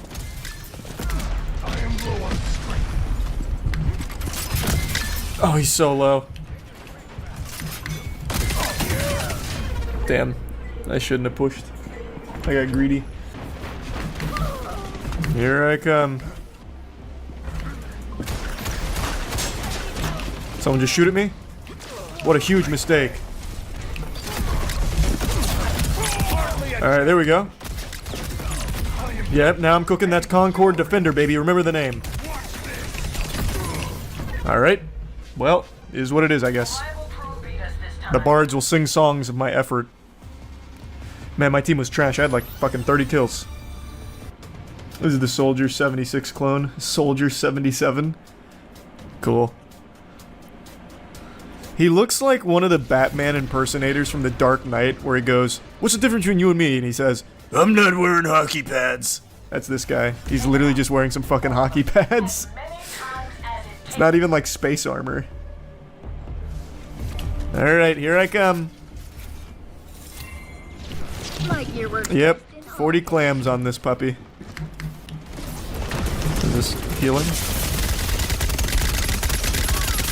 Wow. That does no damage. Got one. I need healing. Throwing smoke. Oh, this sees through the smoke. I see the synergy now. I'm still alive in here.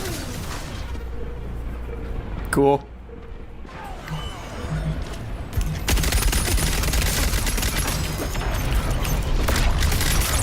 Why does he feel so much tankier than when I played him?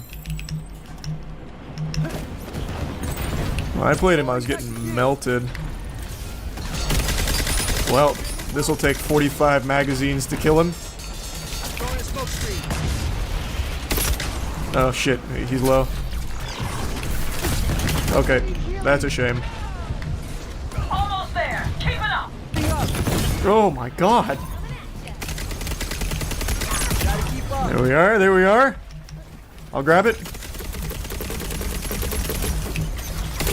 That should get behind him. Clean. The hero. Well, I hated playing that character. that character did not feel good at all. Wait until you see the comp mode in this. Oh god, what's the comp mode? You get punished for being good. Explain, what does that mean? It's round based, and if you win a round, you cannot play that character anymore. Oh. So it's like having the bumpers up in the bowling lane. It's for babies. If you're doing well, you can't play the character you're doing well with to give everyone else more of a chance to not get stomped. That's cute. Ooh, that was a lot of damage. Got it. Nice. 3 shots, 1 kill. Didn't miss. Oh, I'm popping. Sorry. I'm bullying them out here. They're gonna report me for cheating. I haven't missed. Okay, does this lock on? Is that what's going on? This actually hasn't missed.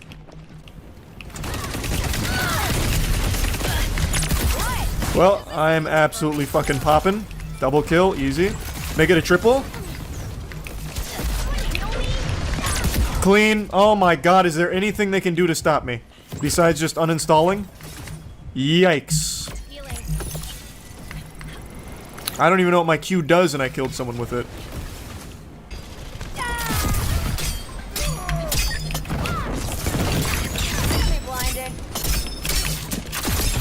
Man, the reload on this one took a while.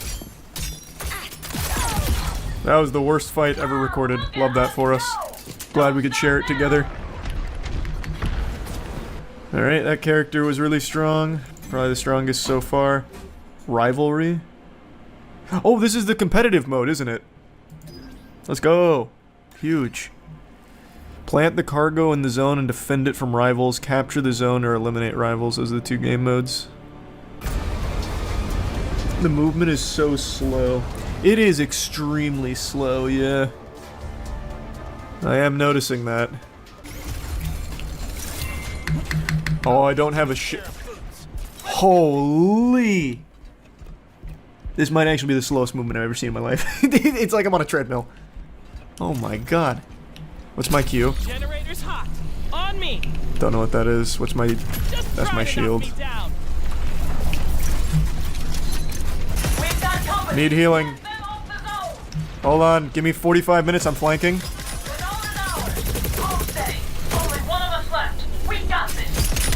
Oh my god, the reload. That's tragic. Nothing's getting past me. My armor needs fixing. Falling back.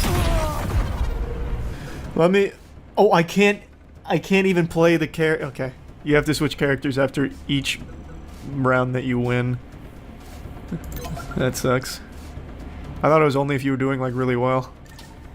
Can you never play a character again that you win a round with? They're locked out for the rest of the game. So you win a round, and whatever character you won the round with, you can't play again for the rest of the match. They're backed into a corner. That sounds so awful. They would have actually had a chance if they released this as a free game. It wouldn't be dead on arrival, but it's still just not very good. Even if it was free, it doesn't make it better. Just makes it less sad. Oh my god, I just noticed their necklace is a spork. That's actual Reddit tier shit. That's huge. Holds up spork, nuzzles you. Narwhal baconing at midnight. Some of my needles are going. Maybe? I'm really not sure. I don't know. I got a kill! Yeah, so far the Farah type character and the crossbow explodey type character are the 2 best ones, and it's not close. Alright, we're good. I made it. Oh, what? Why didn't this reload on? Oh god. Alright, I'll take that. I'm not picking those up.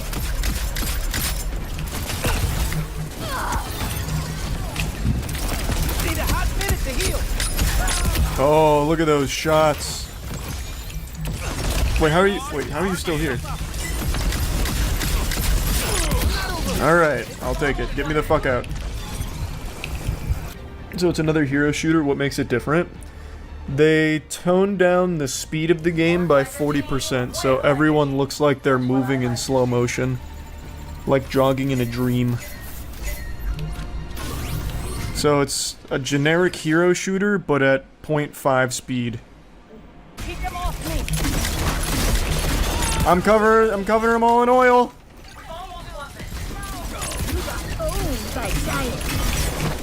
Damn it. Damn it. Oh, I got him. So this throws oil, and I can detonate it like that. I just accidentally learned that. That's so big. I'm not picking that shit up. I want to keep ruining their night. just need a second to heal. Quick. Gotcha. Oh, I'm not touching that. Ah! Bloverwatch. You had such an easy layup there by just calling it Sloverwatch, because this shit is extremely slow. What a flank! Oh god, I'm taking so much damage.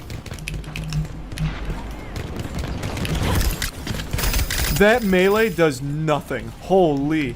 Melee plus full magazine on a squishy character, still quite a bit of health.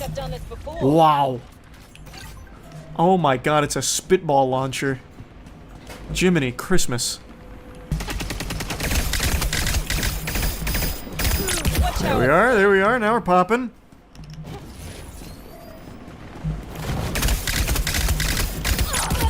Nice, nice. Wait a minute, I'm starting to really cook on him now. I'm coming, squad. Hang on tight. Concord Defender is here.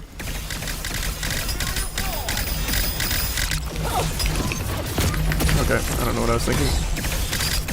Oh, I was thinking, I'm gonna fuck him up. It's starting to do some damage. There we go, I got you covered. You stole my kill, you piece of shit, never helping you again. My KDR is suffering because of you. Yep. I don't lose 1v1s. Not against these kids. Oh, baby, what a fucking shot. I'm clipping it for the montage. I'll be the first Concord creator. Oh, wow, that was a headshot and still not a one-shot, huh? That was, though. Alright, I'm really in my flow state now. Cover me! Ah! They got me good! Oh my god, my shots are crazy! Whoa!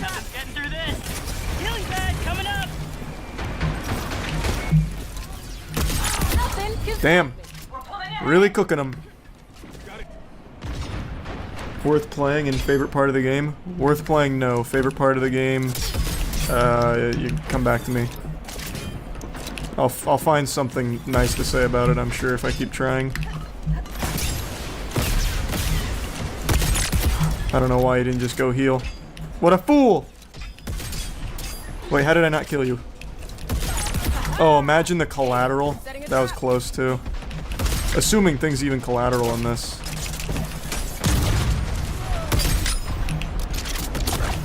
One more headshot and you're dead, Buster. Okay. There it is. Gotcha, pal.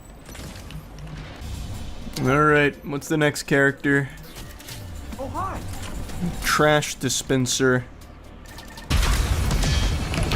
Deploying an air barrier. I need to reload.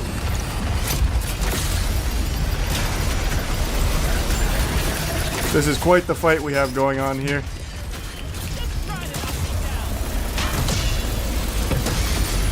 This just absorbs their shit. I've got you covered for— oh, no, I don't. I don't have you covered anymore.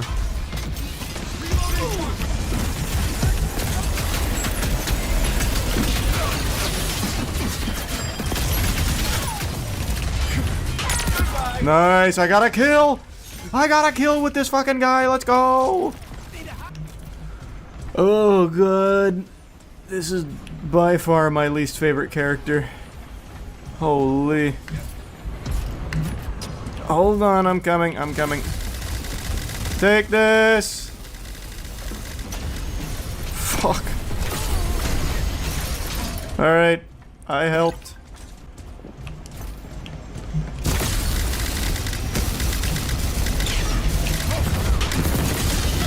There we are. There we are. Now I'm popping off. This is how you do it. You just hunt someone down and just stay on them.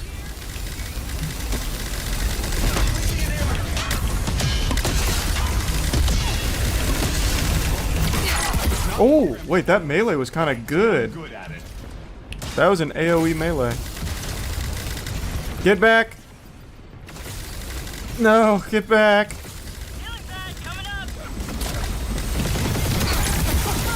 Got another one.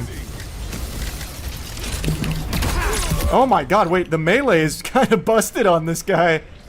I think I see what you're supposed to do with him now. Fuck the vacuum, fuck the air blower. It's all about this. I just dropped my big shiny ass on him. That does so much more damage than everything else he has. Deploying healing pad. Please protect me while I heal. No, he's so low. There we go, I got him. I wasn't gonna let him get away with that one little tiddlywink of health. Not on my watch. That looks like a good chance. Almost.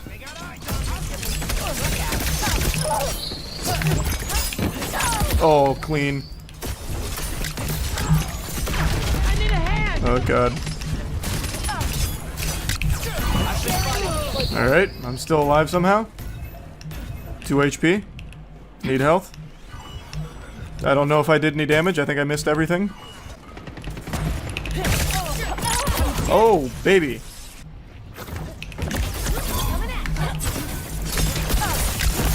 There we go, there we go. I hunted her down from across the world for that. I'm going here. Running back to heal. I'm loving Huge, huge. I don't know, I kind of like this character.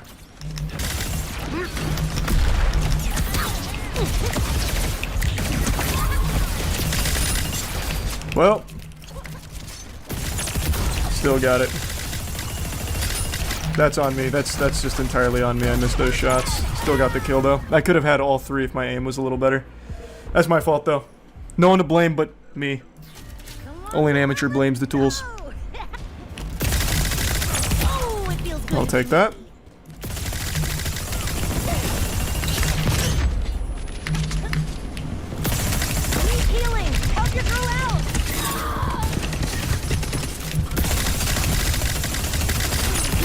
Alright, huge, huge, huge.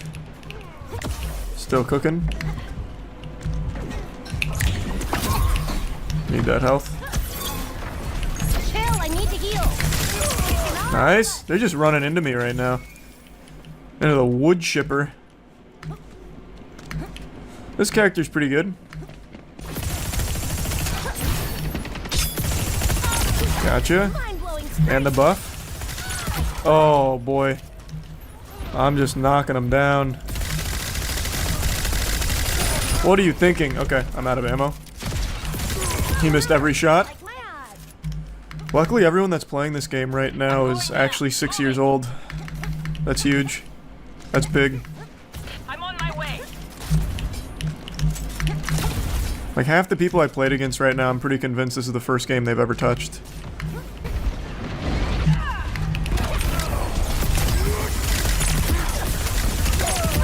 Fuck, that buff is crazy actually.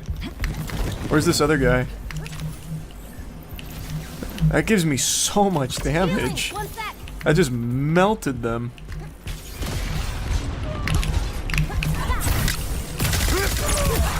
And here comes the buff. Who's looking to catch this cock meat sandwich? Everyone ran away? Don't blame you. I really don't. Healing pad.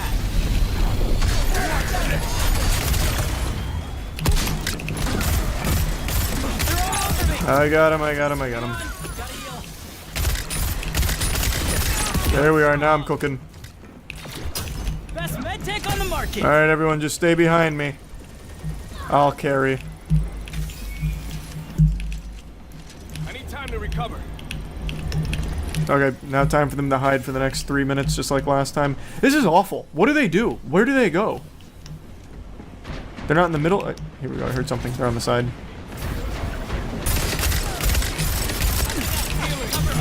My fucking left shoe that those weren't headshots.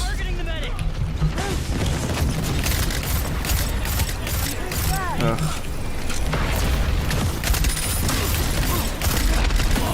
Yikes. Son of a bitch. Oh, I just crashed.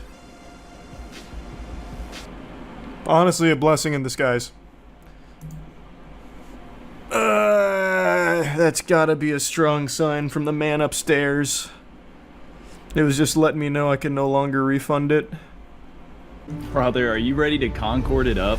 I'm just kind of feeling a little Concordy tonight. I don't know, man. There's something in the air. Feels right. Game just hits different, man. All right, you ready to climb? I'm ready. Okay, cool. Who do you main? Like the Farah. Nice. How'd you like Ned from Spider-Man? Not amazing. He does more damage than Soldier 77, though. That's true. Soldier 77 is fucking worthless. Wait, who's your main? Or who are you liking the most so far? The Scott Pilgrim girl. Okay, yeah, she's cool. Yeah, she's pretty good.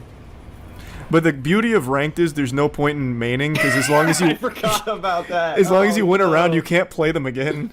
So I'll start with her and then never see her again. God, this game's ranked is so stupid. But they are kind of cooking, though. They are. No, like, they definitely know what they're doing. Like, for sure. Wait, is that gun lock on? I have no idea. It might just be a spectator bug. Okay, now I guess I'll never touch that character again. Unlucky. Yeah, that was pretty fun one. Yep, locked out of playing her from now on. This is also just a really not fun competitive mode. Like, even aside from not being able to stay with the character you want to play, it's still just a really bad game type. I feel like they should just stuck to the basics, just have like a payload or like a King of the Hill with like actual respawns. But yeah, I don't know. This game doesn't work as a respawn, like, or not respawn, but like a one life game. I don't think it works. Yeah, I completely agree. Okay. I feel like everyone just runs to the middle and that's it. And then it's just a waiting game. Well, when I did that last time, I got fucking blasted. I'm gonna try and go around.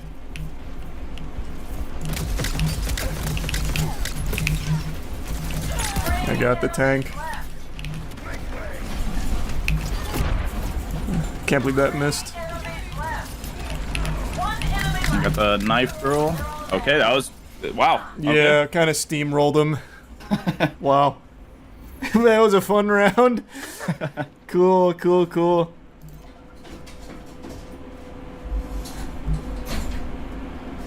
You see, like, this is a stupid mode. This is so stupid. You actually get like 10 seconds of gameplay and then 45 seconds of character select. Yeah, that's just the Concord way, man. That's true. That's just Concord, baby. Sony will release this and do nothing with Bloodborne. I do love that. It's like, no, we gotta focus on Concord. No one wants Bloodborne. Everyone wants a hero shooter. Well, dude, the worst... Oh, okay, well, not the worst part. Not getting Bloodborne's the worst part, but they canceled Last of Us, which had a really fucking good multiplayer for, like, the original game. They canceled that, but they were like, nah, this shit's lit. Concord, that's what people want. Everyone's begging for hero shooters. Uh-oh. Yikes, I didn't know they were all there. I got greedy. Alright, well, that was a good... I don't know how he died. Yep, that was a good competitive match. Woo! Yeah! Everything that we're complaining about will be fixed in a month, though. Yeah, no, that's the whole point of the beta, so they can fix everything. This could be where they're hiding all the fun. It's just search and destroy. We still only have one life. Oh. Alright, I'll plant it B. Oh, wait, no. Wait, do you plant? What do you do? I have no idea, you actually. Sit here?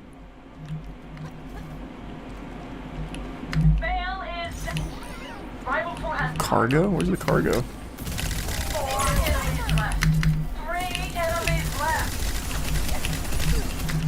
I'm so embarrassed. That was almost the worst moment of my fucking gaming career right there. But I squeaked it out, we're fine. Let's go. Don't let him get it! God, the sniper fucking sucks if it's not headshots. Took 3 shots. I'm extracting. It's just McCree? Yep. Alright. Good work. Somebody in your chat said they canceled a Twisted Metal game. Is that true? I have no idea, but I'll tell you what is true. 4 team members over there just quit.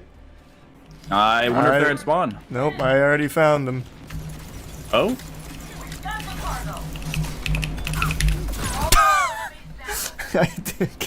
Okay. Fuck yeah. Wait, you kind of popped off. Yeah, you should have seen it. I threw all 6... Boy, there was a play in the game. I threw all 6 grenades, 1 oil drum, and then I eventually just blasted her with my little finger rocket or whatever. Fuck yeah, dude. It was so that sounds hype. badass. It was badass like you wouldn't believe. Good match, good match. 2-minute wait to start the game, 15 seconds of gameplay, and at least 3 minutes of character select. That's the ranked Concord experience. God, what a game. What a game. Oh, I did a challenge. Let's go, dude. Congrats, congrats. Thanks. Hey, top frag though, baby. Wait, really? Mm-hmm. Wait, that's actually huge. That's big. That's big. You'll see me on the leaderboard. I'm about to start like a Concord team. Let's just do normal brawl, because that is unbearable. Please and thank you. Like, holy shit, this rank mode sucks. That is so bad. Oh. Oh, that tracking. Whoa. I might have to be the first fucking Concord pro. You're gonna start a pro team and you're gonna be the only player on it. I'll be the only player in the entire scene, yeah.